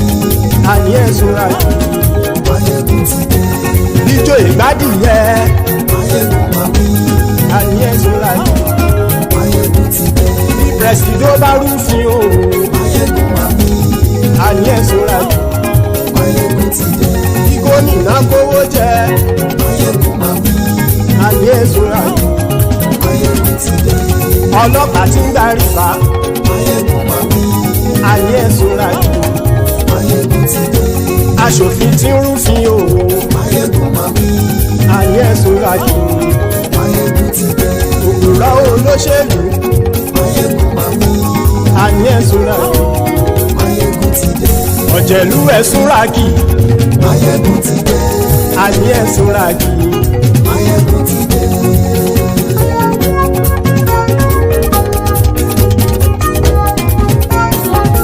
Mayegun ti dé. Gbogbo ọ̀jẹ̀lú ẹ̀sùn ràkì. Mayegun ti dé. Gbogbo ọ̀jẹ̀lú ẹ̀sùn ràkì. Ṣùgbọ́n ní bá ti ṣe èyí tó yẹ kí wọ́n ṣe ọmọ bá dèrò ní fi wọ́n níran o. Mayegun ti dé. Gbogbo ọ̀jẹ̀lú ẹ̀sùn ràkì. Mayegun ti dé. Gbogbo ọ̀jẹ̀lú ẹ̀sùn ràkì. Ṣùgbọ́n ní bá ti ṣe èyí tó yẹ kí wọ́n ṣe ọmọ bá dèrò ní fi wọ́n níran. Wọ́n fowó bẹ́ẹ̀ o Mayegun ó sọ pé wọ́n ò bẹ́ẹ̀. Wọ́n fowó bẹ́ẹ̀ Mayegun ó sọ pé wọ́n ò bẹ́ẹ̀.